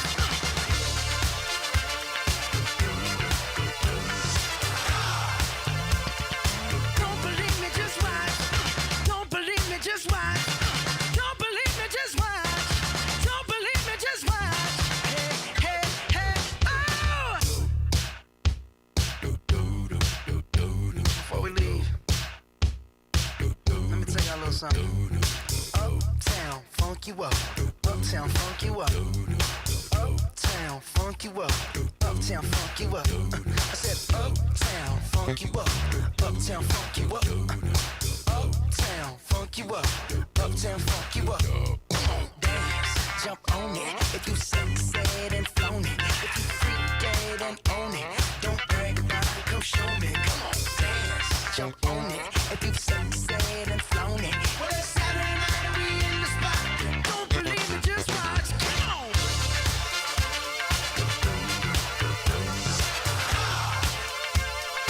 Don't believe me, just watch.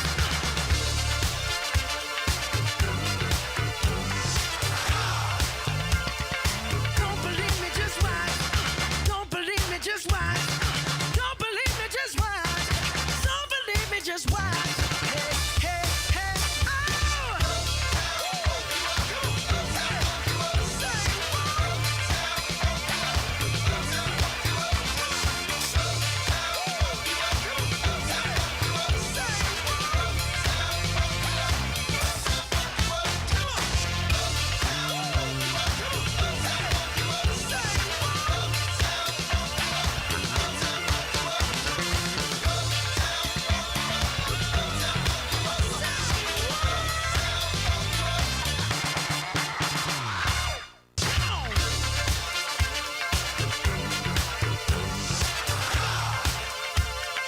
Don't believe me, just watch.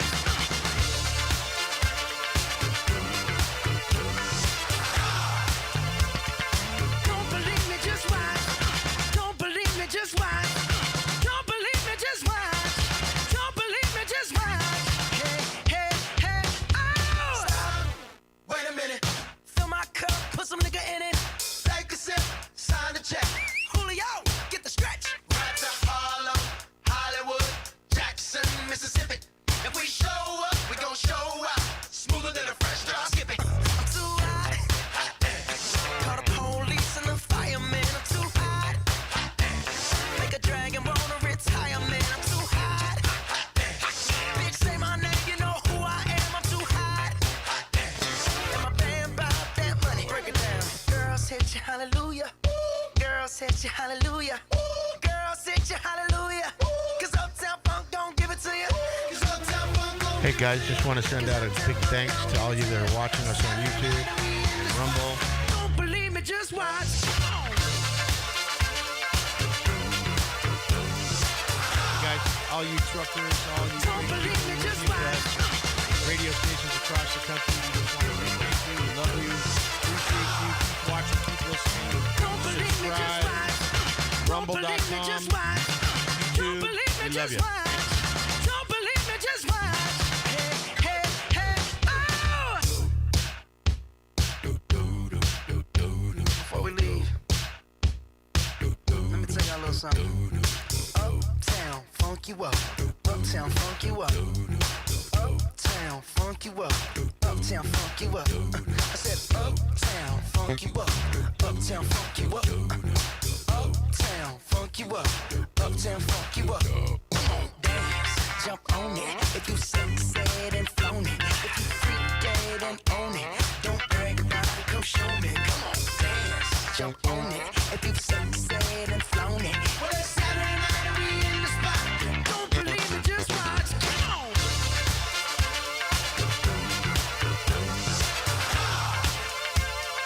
Don't believe me, just watch.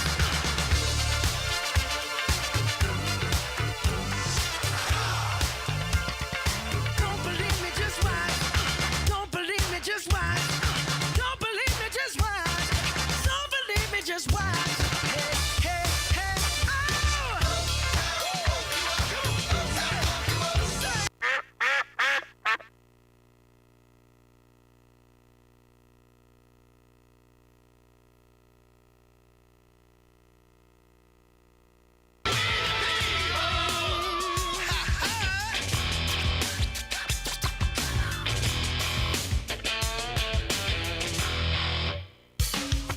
If you're down with love, wanna make things better, all we gotta do is just come together.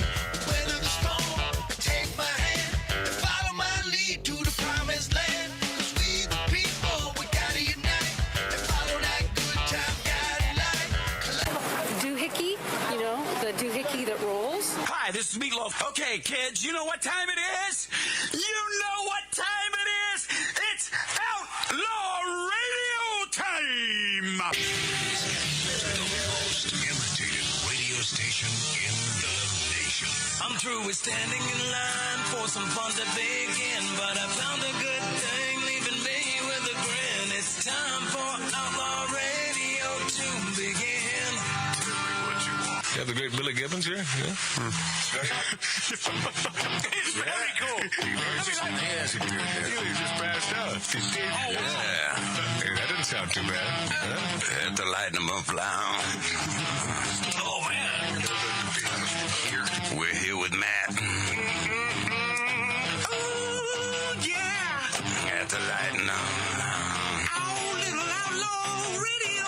We're here with Matt. And he's not fat. We got all his guys and girls in the house.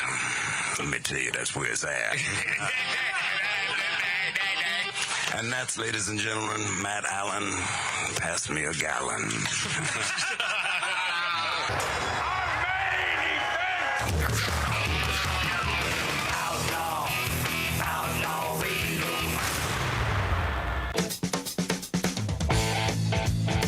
I'm ready for it.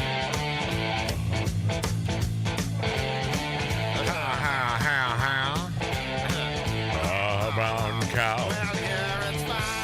Hey, we got a little Outlaw Radio correspondent in China.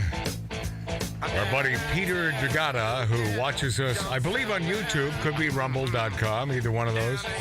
Maybe even Twitter. We're on Twitter as well. You simply punch in Magic Matt's Outlaw Radio. You'll find us, and great, exceptional radio stations across the nation. Thank you for being there. He checked in regarding this Warner Brothers responding to the Barbie China map backlash, and the fact that there's something underhanded going on in the movie, in this map, and this depiction. And Peter Dragata says, he just sent me this. Said the Barbie Vietnam versus China story is total BS. Why would either country care about this? Both make Barbie dolls, but the kids here don't play with them.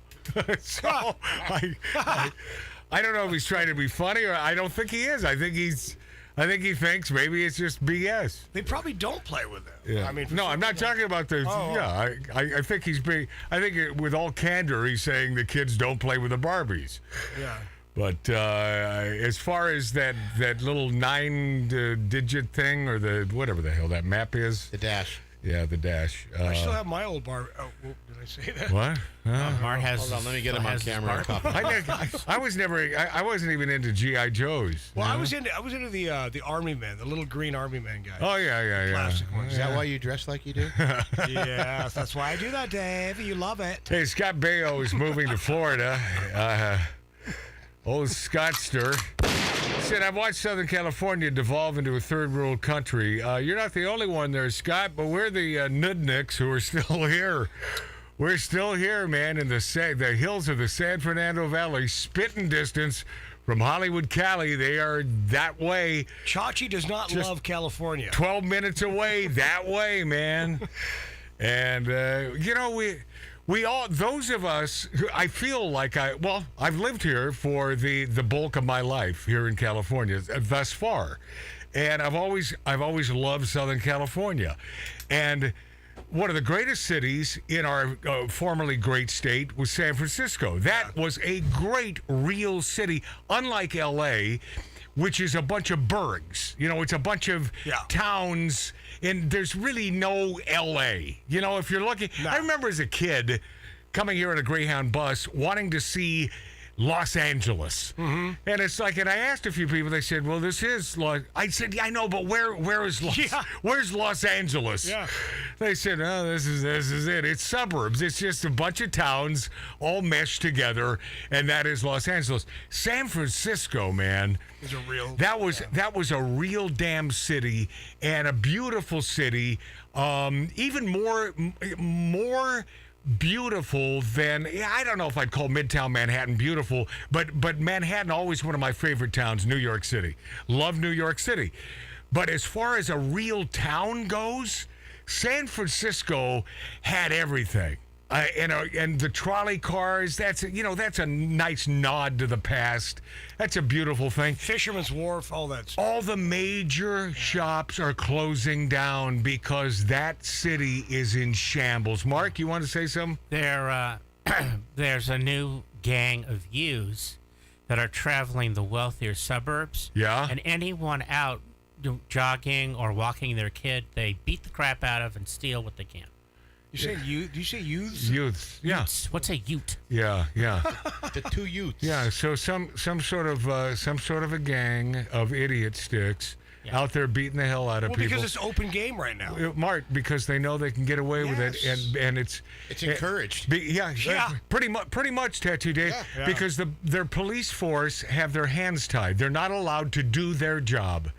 They're not allowed to do their job. What a shame. And gun to the heads of those voters in San Francisco to do the right thing and pull the euphemistic trigger for the right candidate, which would be, of course, a conservative, someone who believes in law and order, clean up, and businesses. Right? There's a new chef in town. Because you need good businesses to keep your city running, just simply from a tax-based standpoint.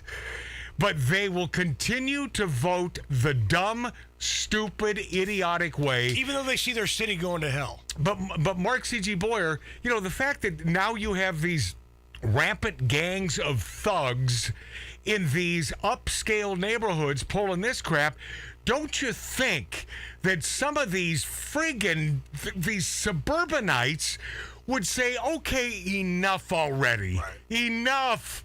Let's vote the correct way for some law and order in San Francisco. Unfortunately, no. Because they're stupid. And or they'll just leave. If they don't clean that city up soon, it's over. No. Well, hey. It might be over. Hey, well, yeah. How about our governor, the former mayor of that town? Boy, he's done such a fine job. I think he should be our next president, right? God. Doesn't that make sense? Yeah. So Scott Baio is out of here.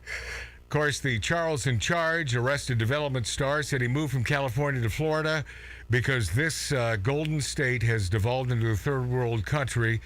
He gave his explanation for the big move when speaking with Fox News host Jesse Waters. I like that, Jesse. And I watch him infrequently. I probably watched him 3 times, but I've seen him a couple times. I like the guy. I do too. I've been there for 45 years, Jesse, and I've watched Southern California devolve into a third world country. Between the homeless defecating on the sidewalk, doing drugs on the sidewalk in the middle of the day, illegal aliens all over the place, laws mean nothing, crime is out of control, graffiti on everything, and all my tax dollars, I don't know what they go for. I'm afraid to go to the mall. My wife and kid are afraid to go to the mall, he added. Okay, Scott, there's no reason to ever visit a mall. Well, I hate malls. Yeah, I've never been. I friggin' never been a mall aficionado. Oh, it's built into the tribe.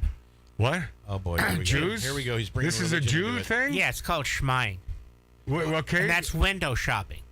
Okay. We just like to go to these places. So you guys love malls and window shop. So Jews love malls. We just adore malls. Yeah. Yes. All right. Because there's more shops to see. Did we learn something today? Well, I'm going to tell you what I've learned. I'm going to have a new T-shirt made. Jews love malls. That's my new bumper sticker. Yeah, that's a great bumper sticker. Jews love malls. So You know Scott, what? I remember as a kid. yeah, did you like? Well, you're a Jew. Did you like malls? Well, as a kid, the malls were the place to be. But not these days. No, so I unfortunately was forced because of a cell phone issue to go to the Apple store. Oh God, did you hate it? I hated it. Yeah. And the malls are empty. Yeah, of course they It's are. crazy. Of course they are because they're little punks creating havoc and running into stores and stealing crap and shooting people. Yeah, Nobody and wants to shooting get people. shot up, Right. You know the best way to stay alive, unfortunately, just stay out of the public arena. Get out of malls and movie theaters. Stay out of California. Just stay home. Stay home and watch Magic Matt's Outlaw Radio on YouTube or Rumble. You don't need to go anywhere to do that. No. Speaking of which, you guys, the Outlaw fan page has all the latest shows. They're up on the page, so if you missed anything, go to the Outlaw Radio fan page. Oh, on Facebook. Yes. I forget about that. Yes. The Outlaw Radio, because that thing really, truly is growing by leaps and bounds. Yeah, and Mary loves and runs it, and she's Mary's the great. greatest. Yeah, she's doing Matt, great. I have a But if you question. missed anything, go to the fan page. Okay, catch up on shows. So Facebook, and what do they do? Just Outlaw Radio, and it'll It's the come Outlaw up? Radio fan page. Okay, on Facebook. Cool. Yeah, I have a question for the group, man. You have a question? Does it have anything to do with Scott Baio? No. Okay, well, go ahead. I'll give it a shot. All right.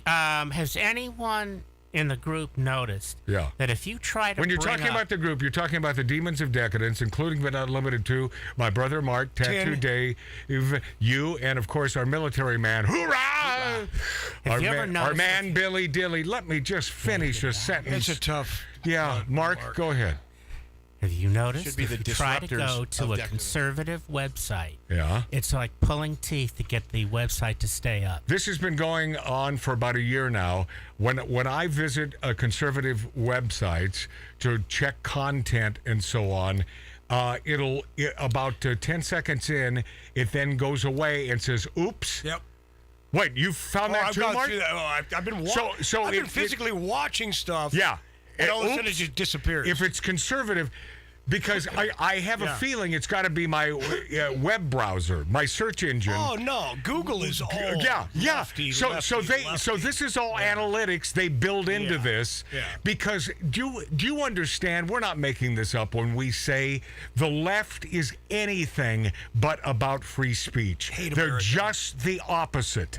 It's not about free speech. It's about what they say goes. Listen to them and walk in lockstep. Yep, and if you try, It's a terrible thing where we are here in the United States of America. And we can't speak our mind because we will get shut. Well, we can speak our mind here on Outlaw Radio, but we will get shut down. Well, you have to learn, as we have, I think. It's like a speakeasy on YouTube because we've been shut down several times, and I hope I've learned the ropes by now. How much I can get away with on Rumble? Not fascist at all, not Marxist at all. Rumble.com is truly the platform that we adore. Yeah. So thank you for having us up there to the fine folks at Rumble. Scott Baio says, all my tax dollars, I don't know what, I've been in California a very long time. It's so sad to me. I got my family, I've got my friends there. I don't want to leave, but I've been pretty much forced out. Baio would list himself as conservative. He did note that other less conservative celebrities like Katy Perry have also left California. It's true. It's true. Of course, how are they going to vote in the great state of Florida? Are they going to screw up that state too? Yeah. All those New Yorkers who get the hell out of New York because of the high taxes and the crime, so they move to Florida, and then what do they start doing? They keep voting Democrat. Didn't that happen to Nevada? No, it did. Well, the good news is, we got Nevada blotched in as a red state again, Nevada's so God bless them. Yep. You know what's interesting to me, Scott Baio says, you know how many requests I've had for interviews because I tweeted I'm leaving California? Maybe 40. Nobody has ever asked that I know of any liberal actor that's left California to come on and talk about why they left California. Baio said, it's Scott Baio. Why am I saying Baio? I don't know. Scott Baio said Katy Perry left California to move to Kentucky or something. Me, because I want to get the hell out of this hellhole that it's become. I don't get it. I must be a unicorn or something. I blame the voters in California. You betcha, Scott Baio. You betcha. That's who you should blame. Yeah, who else could you because blame? they're idiots. Yep. Katy Perry's a nut job. By keep electing the same old garbage Democrat Party thinking, they'll keep getting better results. They keep thinking they're getting better results and living that dream world in theirs. Yeah. Just look at Chicago, Philadelphia, New York, high crime, drugs, etc. Bridget Yankowicz, I guess on Twitter. I like that name. Nice Irish gal. I knew Marty was going to say said Baio also scolded Californians. Oh, so that's what Bridget said? I blame the voters? Was that from Scott or was that from Bridget? Who the hell is Bridget Yankowicz? I don't know. but Marty likes your last name. I do like her parody songs, though, man. Yeah. Is that Weird Al's daughter? Yeah, really good stuff. Yeah, 3 Coronas. Baio also scolded California for floating the possibility of slavery and racial reparations. California Reparations Task Force also recommended the California review its past housing ordinances to rectify any discrimination. Huh? What are you going to do? Then more reparations because of that?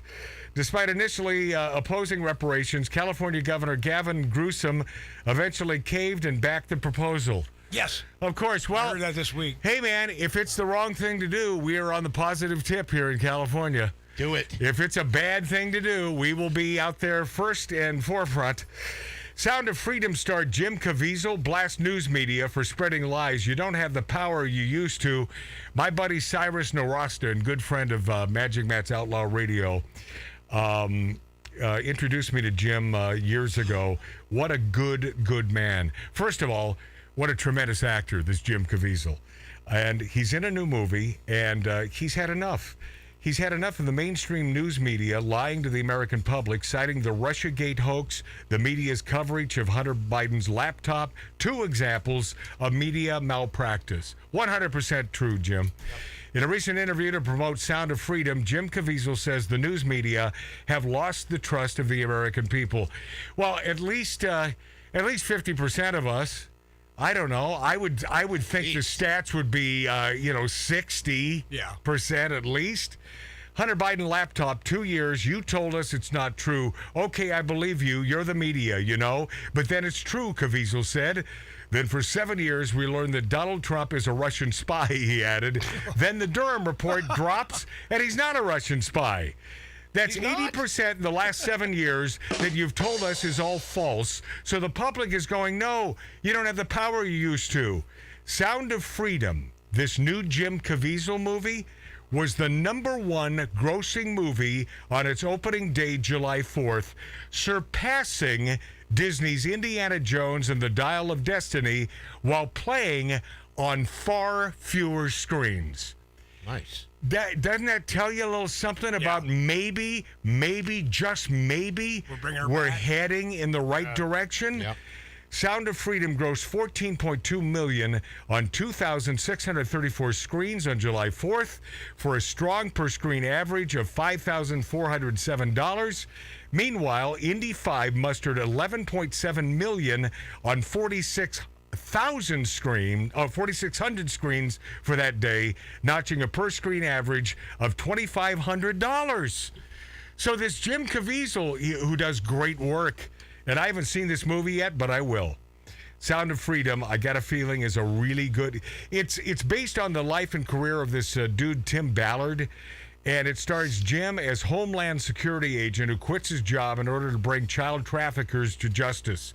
Sounds like my kind of movie. Yeah, that's not bad. Yeah, sounds like good It's stuff. a double feature, that and Barbie. yeah. And by the way, depending on the running times, you can sneak from one to the other. Yeah, we might be able to get some popcorn. Don't tell me you haven't done that too, Dave. Of course I have. Okay. I used to sneak into theaters. Yeah, I used to work at a theater. See, I never did that. It goes to the back door at the Everett Mall. I mean, I know it's legal as long as it's under $1,000. You can walk into a Target or any one of a myriad of stores, and you can whatever you want. You can take whatever you want, and there's nothing they can do about it. But I can't do that.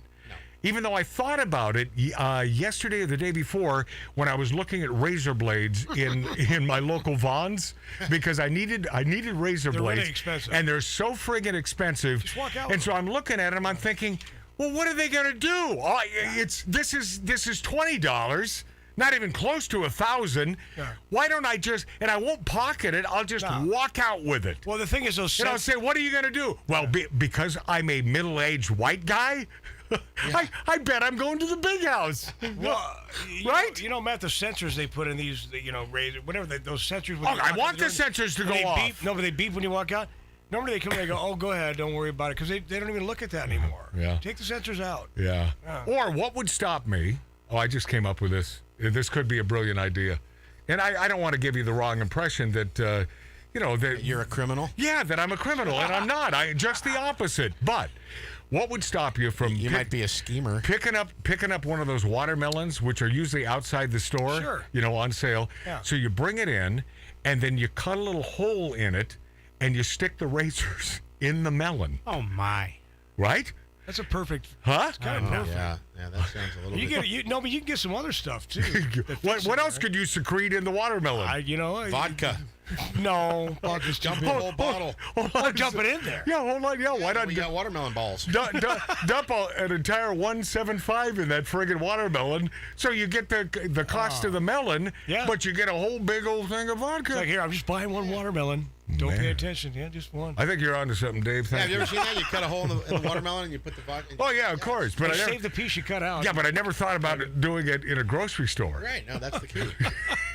See, we're coming on, but this is too smart. Yeah. To do this, you just walk out with it. Yeah. Well, yeah. In California, you just simply walk in, grab $999 worth of stuff, and then walk right out, and it's legal. Well, haven't you seen the new big screen TV? No, I'm kidding. No, Mart, there's not a watermelon large enough. No, but all right.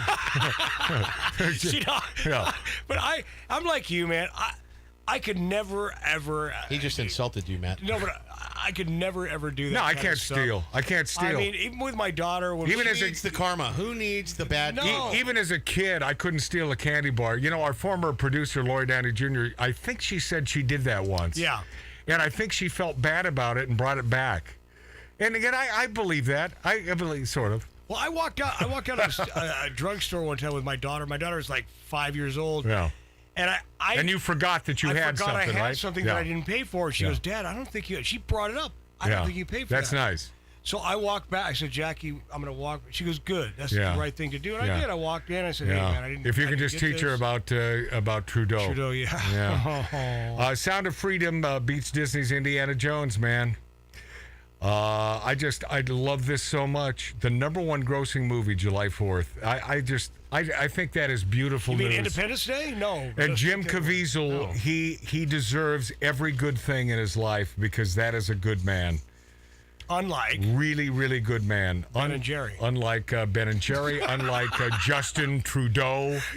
Yeah. More like Justin Trudeau. Huh? Oh boy, you heard me. That's a good one. Jennifer. I said it because it was stupid. Do you understand that? Of course. Jennifer Lopez slammed for promoting her alcohol brand while married to alcoholic Ben Affleck. Jennifer Lopez was slammed by fans after posting a video to social media promoting her alcohol brand, Dolola, and talking about her drinking habits while being married to Ben Affleck, who struggled with alcoholism. She said, I left the house early to go sneak out and get some Dolola. We have a few people coming over for the holiday weekend, and I realized we don't have any. I thought we would, but we don't. So I'm going to the store to get some, Lopez said in a video posted to her Instagram. And boy, she got just a ration of crap by tons of people. What are you doing? Your husband is an alcoholic. Why don't you support him? And I must ask you, stupid idiots who are slamming J-Lo, what does one have to do with the other? Right. Yeah. Am I the only one thinking this? Right. No. Because he's struggling, nobody else can have it. Right. What does one have to do with the other? How is she not supporting him? Right. And I find it incredulous that she has to purchase right. her own product. I'm sure that was. Well, by the way, she probably would. I mean, it ups the sales by a few and doesn't hurt her. And God knows she's got the Cambios, right? Oh, yeah. And she's got the, She's got a lot of stuff. I'll tell you what, for her age. I'm really excited. I love holiday weekends. I love spending time with family and friends and having a little cocktail. Wow, J-Lo. See what we have in common, J-Lo? Go wild. Lose that Ben Affleck alkie. He's an alkie. Get rid of him. Screw that guy. You know, she lived up the street here in Pasadena for a long. I don't know if she still got that house, but I've had friends that have met her and know her. And Marty, you didn't meet her? No, I've never met her. Someone put a ring on it, though. Is that the gal? Same gal? No, or is that someone else? no, that was Beyonce. Oh, really? They're not the same person? No. Are you sure? Yeah, I'm. Well, maybe. I don't know. Oh, okay. Could be. Yeah. You're confusing him, Matt. Okay. So anyway, what else? What else about this? Lopez. So she's. What did she say? Oh, she says she doesn't drink alcohol. She said that in 2015. I think that ruins your skin. In 2016, the singer told Us Weekly, I don't drink or smoke or have caffeine. That really wrecks your skin as you get older. We have good skin. Well, I guess she's okay now because she's got her own line of booze. Hey, it's the American way. J-Lo, I hope you sell a bunch of your crap, whatever the hell that is. It's probably some weird flavored liqueur, right? Or wine. So, hey, Mark will fact check it. We'll come back with the answer. Not that you give an S, but it's not a wine. No way, Mart. No way. No, You said liquor, didn't you? Yeah, it's liquor. Yeah, look it up. We'll come up with the answer to that. Kid Rock, our favorite. The Kid Rock concert goers vow to drink anything but Bud Light as sales continue to plummet. That Kid Rock, man, he'll be on the show this year. You watch. Plus, Dylan Mulvaney bashes Bud Light for lack of support against transphobia. Dylan Mulvaney equals mental patient. And we'll be this after back on YouTube and Rumble.com. Simply type in Magic Matt's Outlaw Radio. I lie awake. I've gone to ground. I'm watching porn in my hotel dressing gown. And now I dream of you, but I still believe there's only enough for one in a lonely hotel suite. The journey's long.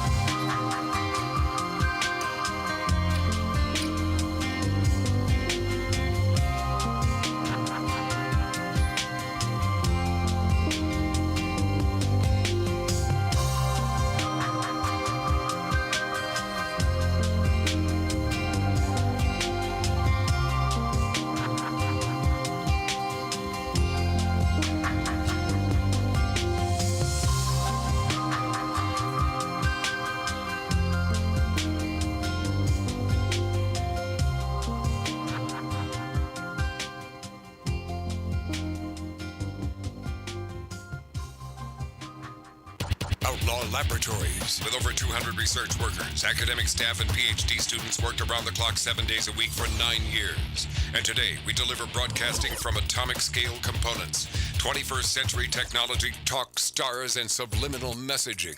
Motivating, stimulating, mildly erotic, 24/7. Outlaw Radio. Aha! Kid Rock! Yeah. We do love our kids.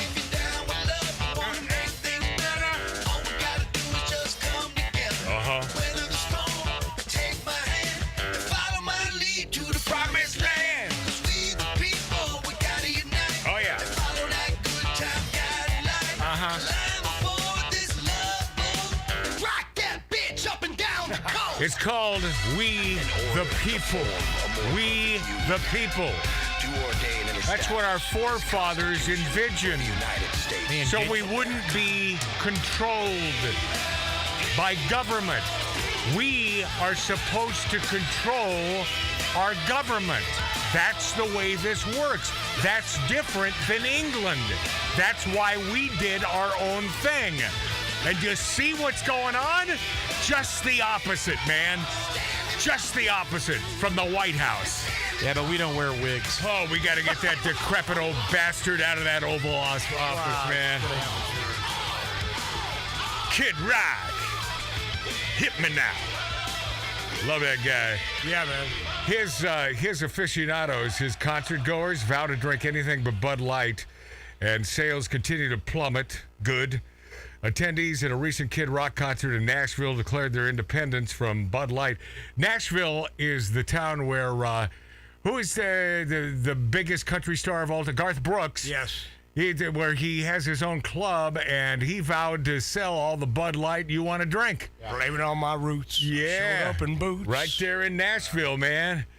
Yeah, I heard his opening was pretty bad. He had Friends in Low Places. Yeah. Oh, is that right? That's what they called it. It was the opening of his new bar. And it wasn't good, right? 15 people showed up. Yeah. Especially in Nashville, man. Doing a stupid thing. Nashville, a lot of good folks who love America. Oh, yeah. And they're going to say, even though you like Garth Brooks, because what a powerful, tremendous entertainer, but what a dumbass, man. Yeah, that was a bad decision. What a dumbass. Yeah. Yeah. So, recent Kid Rock concert in Nashville declared their independence from Bud Light, saying they still won't drink the beer brand following the label's decision to team up with, of course, Dylan Mulvaney. Kid Rock fans interviewed by Fox News outside Bridgestone Arena. That's a great place. Great venue. It's a beautiful place. Said they're no longer spending their hard-earned money on what was, until recently, the top-selling... I mean, we're talking about the top-selling brand of beer in the United States. Just boom, one fell swoop. Plummet. What do you think of when you think of beer, Bud? What beer? What beer are we drinking on the 4th of July? I don't know. Anything but Bud Light, one man said. Pacifico. Maybe Heineken Light. Another attendee, David, said no. Bud Light, not here. Sales of Bud Light continue to plummet. Reportedly tumbled 27.9% in the week ending June 24th compared to a year ago, which was a hair better than the previous week's decline of 28.5%. This I find, and it's funny to read this because I found this true in that more people are drinking this Modelo Especial. And it surpassed Bud Light to become the top-selling beer brand in the country. What is it about this Modelo? I'll tell you what it is. Really tell me, because I'm not a beer drinker. It's a good beer. It's actually a fine-tasting beer, and it's got more alcohol percentage in it. Ah. I mean, big time. I mean, yeah. So that's why Lori Downey Jr. likes it. I've had 3 or 4 today, and I'm feeling pretty good. Bigger buzz. It'll bounce you around a little bit. Good. But no, they're good. But yeah, I thought that they were owned by the same people, Anheuser-Busch. I don't think they are. I thought they were affiliated somehow. Kid Rock concert goer named Ron, who was visiting Nashville from Phoenix, told Fox News, regardless of the company, once they get involved politically, then I don't want to support that. You get 2 votes in this country, he said. You get your first vote at the ballot, second vote is with your wallet. Yeah. Smart guy. By the way, man, you've been in Nashville. I've never been there, but I had a buddy of mine that he did a little small tour over there. This time of year, you're sweating your huevos off because it is humid as hell. No, this is months back. He did a little small tour over there, and he said, man, I got to tell you, he's never been there either. Yeah. got on stage and he goes, those people are the friendliest. No. They're like, you want to come back? We have a house party. We got whiskey. I'm a big fan of the South, man. Big fan of people in the South. You know, let's go make ourselves some money. All right, love you. Marty was partially correct. About? Anheuser-Busch tried to buy Modelo. Oh, is that what happened? But it was an antitrust lawsuit. Oh, it didn't happen then. Yeah, they sold it to Constellation Brands. Oh, okay. So obviously Constellation Brands not woke yet. All right, that's good. Hopefully never to be. Yeah, Kid Rock helped start the nationwide Bud Light boycott after, of course, he shot up cases of the beer. With a machine gun. Shortly after Anheuser-Busch unveiled the Dylan Mulvaney partnership. Mulvaney, of course, a biological man who impersonates a teenage girl on social media, recently broke down in tears on Instagram, complaining that Bud Light had abandoned him in the wake of the consumer backlash. This is it's sort of a bad recording, but just go along with it. It'll probably be better because it cuts in and out and whatever. But this is Dylan Mulvaney bashing Bud Light for the lack of support against transphobia. This little TikTok douchebag, Dylan Muldummy, a man living as a woman, publicly bashed Bud Light, charging that the company has not been supporting enough amid the backlash. It's an Instagram video, and he declared. Okay, so here, let's just play this thing, and hang with me on this. This is Dylan Mulvaney on is it Twitter, whatever, TikTok, Instagram. Who cares? Go. One thing I will not tolerate people saying about me is that I don't like beer because I love beer, and I always have. I built my platform. Form on being honest with you. Yeah, and Pause. what I'm about to tell you, Pause. Yeah, how are you being? You're not honest. You're not honest about who you are. Yeah. Liar. You're talking about how many days you've been a female. That's not honest. That's simply not honest. So he starts off this entire rhetoric with a big fat lie. But what else would you expect from a big lefty douchebag, Dylan Mulvaney? Continue, please. Sound like old news, but you know that What? feeling when you have something uncomfy like sitting on your chest? Pause. What? Uncomfy. Feel like a big hairy. Yeah. By the way, I don't think that'd be uncomfy for Dylan Mulvaney. A little more suffocating. Yeah. You're talking about no pants, right? Right? Yeah. Yeah. Oh yeah. Oh no. Dylan's welcoming that. Oh yeah. That's not a cafe. Oh, by the way, the way this dude talks, You don't talk like that. It makes me want to throw up a little bit in my mouth. You're not biologically talking like that. You don't. Well, biological females don't speak that way. No. Oh God! But he's being authentic here, right? And he wants you to know that he's telling you the truth. I mean, that's he supports the truth. It's all about the truth. More with Dylan Muldummy. He'll be there. Well, that's how I feel right now. So this feels like the right thing to do. You're going to say to do. Okay. I took a brand deal with a company that I feel loved. like I almost feel like I'm interviewing him. Yeah. Yeah, the breaks are perfect. Like I can finish his sentences. So someone has to. It's like you know him. Okay, Dillweed, go ahead. And I posted a sponsored video to my page, and it must have been a slow news week because the way that this ad got blown up, you would have thought I was like on a billboard or on a TV commercial. Pause. On a billboard. Yeah, Dylan, you'd really hate that, wouldn't you? I don't need to pause. Yeah, I know. Yeah, Dylan, you'd really hate that being on a billboard, right, or a TV commercial. Boy, you would despise that because you don't like attention, do you? You attention whore maggot. You're an attention whore maggot. Continue. I don't know about the maggot part. I don't know what happened to it. Hold on. It's coming. It's there. What? It's a long one. No, it's not. Yeah, it is. It's 5 minutes. Yeah, I know. No, but the cut. Yeah, Did you somehow? Unfortunately, something happened. I'm starting it over. No, we don't One have. thing I will not tolerate people saying about me Sorry. is that I don't like beer because I love beer. Okay, keep it rolling. And I always then I'm gonna edit for our terrestrial radio stations. So those of you, keep it rolling. So for those of you watching us on YouTube and what I'm about Rumble, to tell you, can you hang through this part like up old until news, the part where but it's screwed do you know up? that And then we'll get down to it. Feeling when you have something uncomfy, like sitting on your chest. We already talked about the buttocks reference on and we've already done that. Well, that's how I feel right now. So this feels like the right thing. Yeah. So you're going to go over about a minute, by the way, on time. Yeah. To I took make a brand up for deal this. with a company that I loved. No, and no apologies. I posted a sponsored video to my page. Yeah. And it must have been a slow news week because the way that this ad got blown up, you would have thought I was like on a billboard or on a TV commercial. Oh, no, we're never I've already said this part. Or something major, but no, it was just an Instagram video. Pause. Just an Instagram video? Yeah, that's where he gets that will garner millions of views? Oh, yeah. More than a billboard, more than a TV commercial. Yeah. What is this idiot stick's point exactly? The point is not telling the truth. Continue with Dylan Mulvaney. And the wildest part is that they also sent me one can with my face on it. You might have seen it. And funny story, I had the can around my house. Pause. But then I realized... I bet it's not going to be a funny story. No, Anybody? How funny can that story be? No, okay, continue. Wait. I need to protect this can. So I hid it somewhere. Pause. And now... Pause. By the way, I wonder where they hid it. How many cans do you think he really wants around his house? Oh, I think he wants many, many male cans. And they're protected. Right?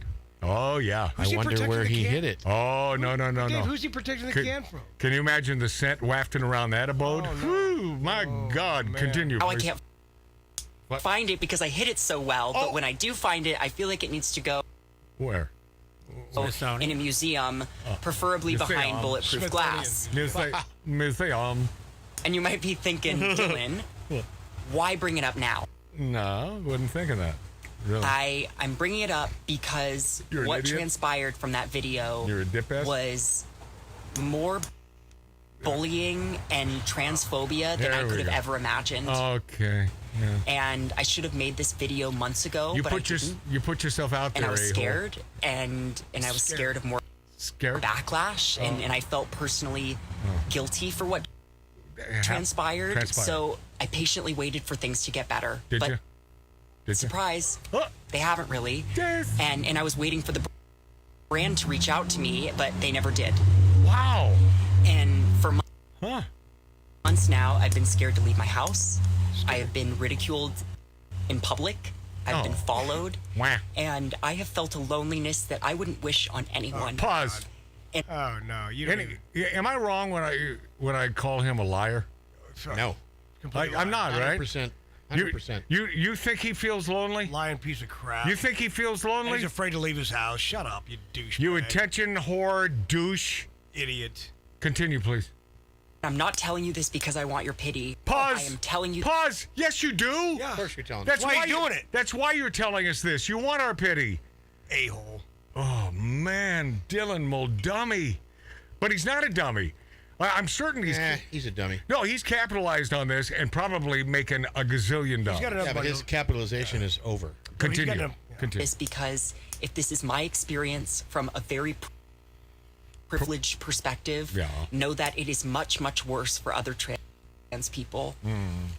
For a company to hire a trans person and then not publicly stand by them is worse, in my opinion, than not hiring a trans person at all. Slamming Bud Light again. Because it gives customers permission to be as transphobic and hateful as they want. We're not. And the hate doesn't end with me. It's it not has hate. serious and grave consequences. When are we going to stop for the accepting rest these of labels? Our community. It's not hate. What are the and you know, we're consequences? customers too. We don't hate you, Dylan. I know a lot of trans and queer people who love beer. We don't hate you. We and I have think you're an idiot. some lesbian friends who could drink some of those haters under the table. What? What the hell does that mean? To turn a blind eye. Pause. So you're saying a lot of his transgender friends are alcoholics? Yeah. All right, good. Continue. Pretend everything is okay. It just isn't an option right now. And you might say, but Dylan, I don't want to get political. Babe, supporting trans people, it shouldn't be political. Ugh. There should be nothing controversial or divisive about working with us. See, I'm hip, and babe. I know it's possible because I've worked with some fantastic companies who care. Yeah. But caring about the LGBTQ plus community requires a lot more than just a donation somewhere. Pause. Do we have to care? Can't we just not care? Can't we just want you to live your lives fully and have a happy day?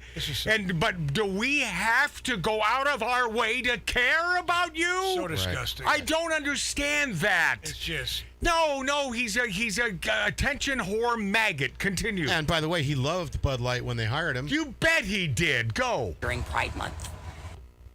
Was that it? And all this to say, bottom line is that you like saying if bottom. you follow me, if I've made you smile, if you care about me, I need you to care about every trans person. How about if you made me throw up? I need you to up? support us, and I need you to stand by us. Oh. And hey, it's still Pride Month, so still Pride Month. I'm going to celebrate being alive, and I'm going to celebrate the trans people in my life and the ones I haven't met yet. And I'm going to celebrate the fact that no matter how many thousands of horrible messages Monkey face. or news anchors misgendering me or companies going silent, that I can look in the mirror and what? And see the woman that I am and that I love being. You stupid ass. And I know you were probably here for the tea of it all. But I would love for something productive to come from this. Okay, so there's a link in my bio to the trans law. I'll tell you what's productive. It has become productive. You're just showing what an idiot you really are. Not that we needed any further proof of this. Are we done with this guy? Yeah, I hope so. You know, maybe I am a hater because I would like to put you in a zoo and fling poo at you in the monkey cage. Yes. We need to put him in a museum with not bulletproof glass. No. No. Now you cross the line, Nobody wants to shoot him. No, I mean, we don't. No. I mean, not with a gun. All right, we'll be this after back on Magic Pat's Outlaw Radio. Ouch.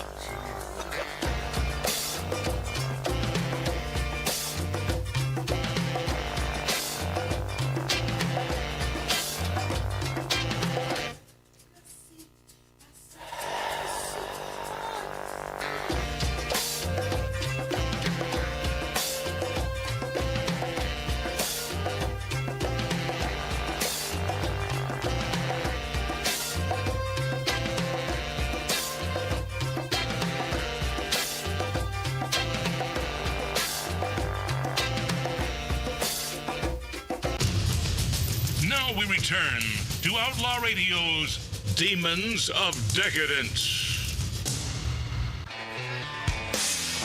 I love this bar because this bar don't serve no stinking Bud Light. Welcome back, my friends. Magic Matt's Outlaw Radio on YouTube and on Rumble.com. Follow us on Rumble, won't you? Subscribe to us on YouTube. You won't, will you? I know you're shaking your head. I don't know why. $50,000. If you believe in America, if you love America, you'll subscribe to Magic Matt's Outlaw Radio on YouTube. And thank you to the great radio stations that carry this fine bit of production value. What's up? Disney's next disaster family skipped the Magic Kingdom trips thanks to Bidenflation. And that brings me back to, I think I was maybe 13 years old, 12, whenever we took our first visit to Disneyland. You weren't on that trip, right, Mart? No, I was in Idaho. Yeah, well, we were there. It was my sister and I. And was Mike even born then, No. our youngest brother? No. Anyway, there we are, and we're staying in an RV park right outside of, it was a Disney RV park, and I just remember Dad drinking a lot of beer. Oh, yeah, he was known to do that. Hope it wasn't Bud Light. No, just getting a little testy. It was Bud back then. Yeah, back Probably then, was, yeah. of course it was. Yeah. But yeah, just getting a little testy. And then, so, you know, it was still a fun time in the park, but Dad was testy. Oh, yeah.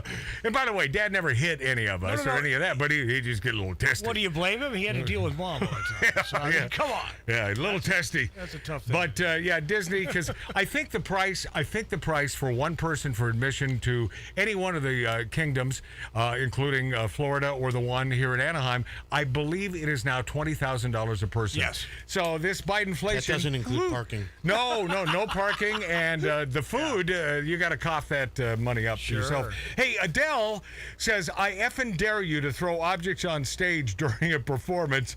I'll effing kill you. And she had this, what is it? Okay. She said, I'll effing kill you. It was in reference to recent incidents in which concert goers have been seen throwing items at singers and assaulting them. For years. Cell phones. Degradation of society.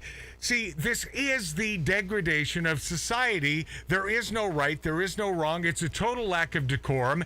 And that's what is being taught to the kids now these days. It's like, hey, no right, no wrong. Yeah. You throw things at the artist. Well, you know so what? you left the artist on stage. You're getting what you deserve. The knights who say... By the way, that was Adele on stage right after she said, I effing dare you to throw objects on stage. Yeah. I'll effing kill you. And then Adele went on to say... The knights who say... See, she's British, you know? Yeah. A video posted by social media by concert attendees shows the British singer at one of her Las Vegas residency shows talking about the recent wave of incidents. Have you noticed how people are like forgetting effing show etiquette at the moment? Adele said in the video, people just throw an S on stage. Have you seen them? I effing dare you. I dare you to throw something at me. I'll effing kill you. See, well, that's sort of ballsy because I don't think I would have done that with a crowd of a gazillion people. Well, can I share a quick story? Go. So this is like... You only have a second. It's like a late 80s, Ronnie James Dio concert, and this guy threw a shoe up and hit Ronnie James in the head at the Seattle Center Coliseum. He said, one more shoe up here, and I'm shutting the show down. One more shoe came, black. Really? He went backstage, they shut her down. No kidding. And they started screaming and throwing stuff. Good for him. Oh, yeah. He He's said, a great guy. screw it. That was it, man. Don't you think the dude that threw, or the gal, whoever that threw the shoe, was it a Joe and David Pump? Because those Yes, are I think it was. my favorite footwear. Yeah. But don't you think that person got a beating? Oh, You no, would hope right? so. They did. Yeah. That's what I heard, anyway. And so Adele, I guess, is on stage, and she has this Overrated this singer. T-shirt, this giant T-shirt gun shooter that she shoots out to the audience that shoots Adele T-shirts. Okay. And So she's throwing stuff at the audience. I don't know. She's Fair a game. good singer, isn't Well, she? she's overrated. Huh? Overrated. According to Marty, she's overrated. Wait a second. I just realized why I don't like her. The worst James Bond theme ever. Yeah, it was terrible. She's no Karen Carpenter. All right, let's go to break. Hey, thank you very much for hanging with us this week on Magic Matt's Outlaw Radio. Do yourself a favor. Do all of us a favor. And subscribe. Yeah, I don't know. If you got a second on YouTube, Magic Matt's Outlaw Radio and Rumble.com. Tell your friends. Tell your friendlies. Tell your enemies. Yeah. Tell everybody. Oh, thanks to Tattoo Dave, my brother Mart, Mart C.G. Boyer, my friend out there, Billy Dilly, our HR man. And who's the dude fixing the truck so we don't die? I don't know his name. Oh, that's great. That's great. That's a great way to curry favor. They're listening Jose right now. Cuervo. Well, we'll get him next week and give him some plugs. He's a good man. Hey, love you dearly. Don't forget, my friends, bumblebees can't fly.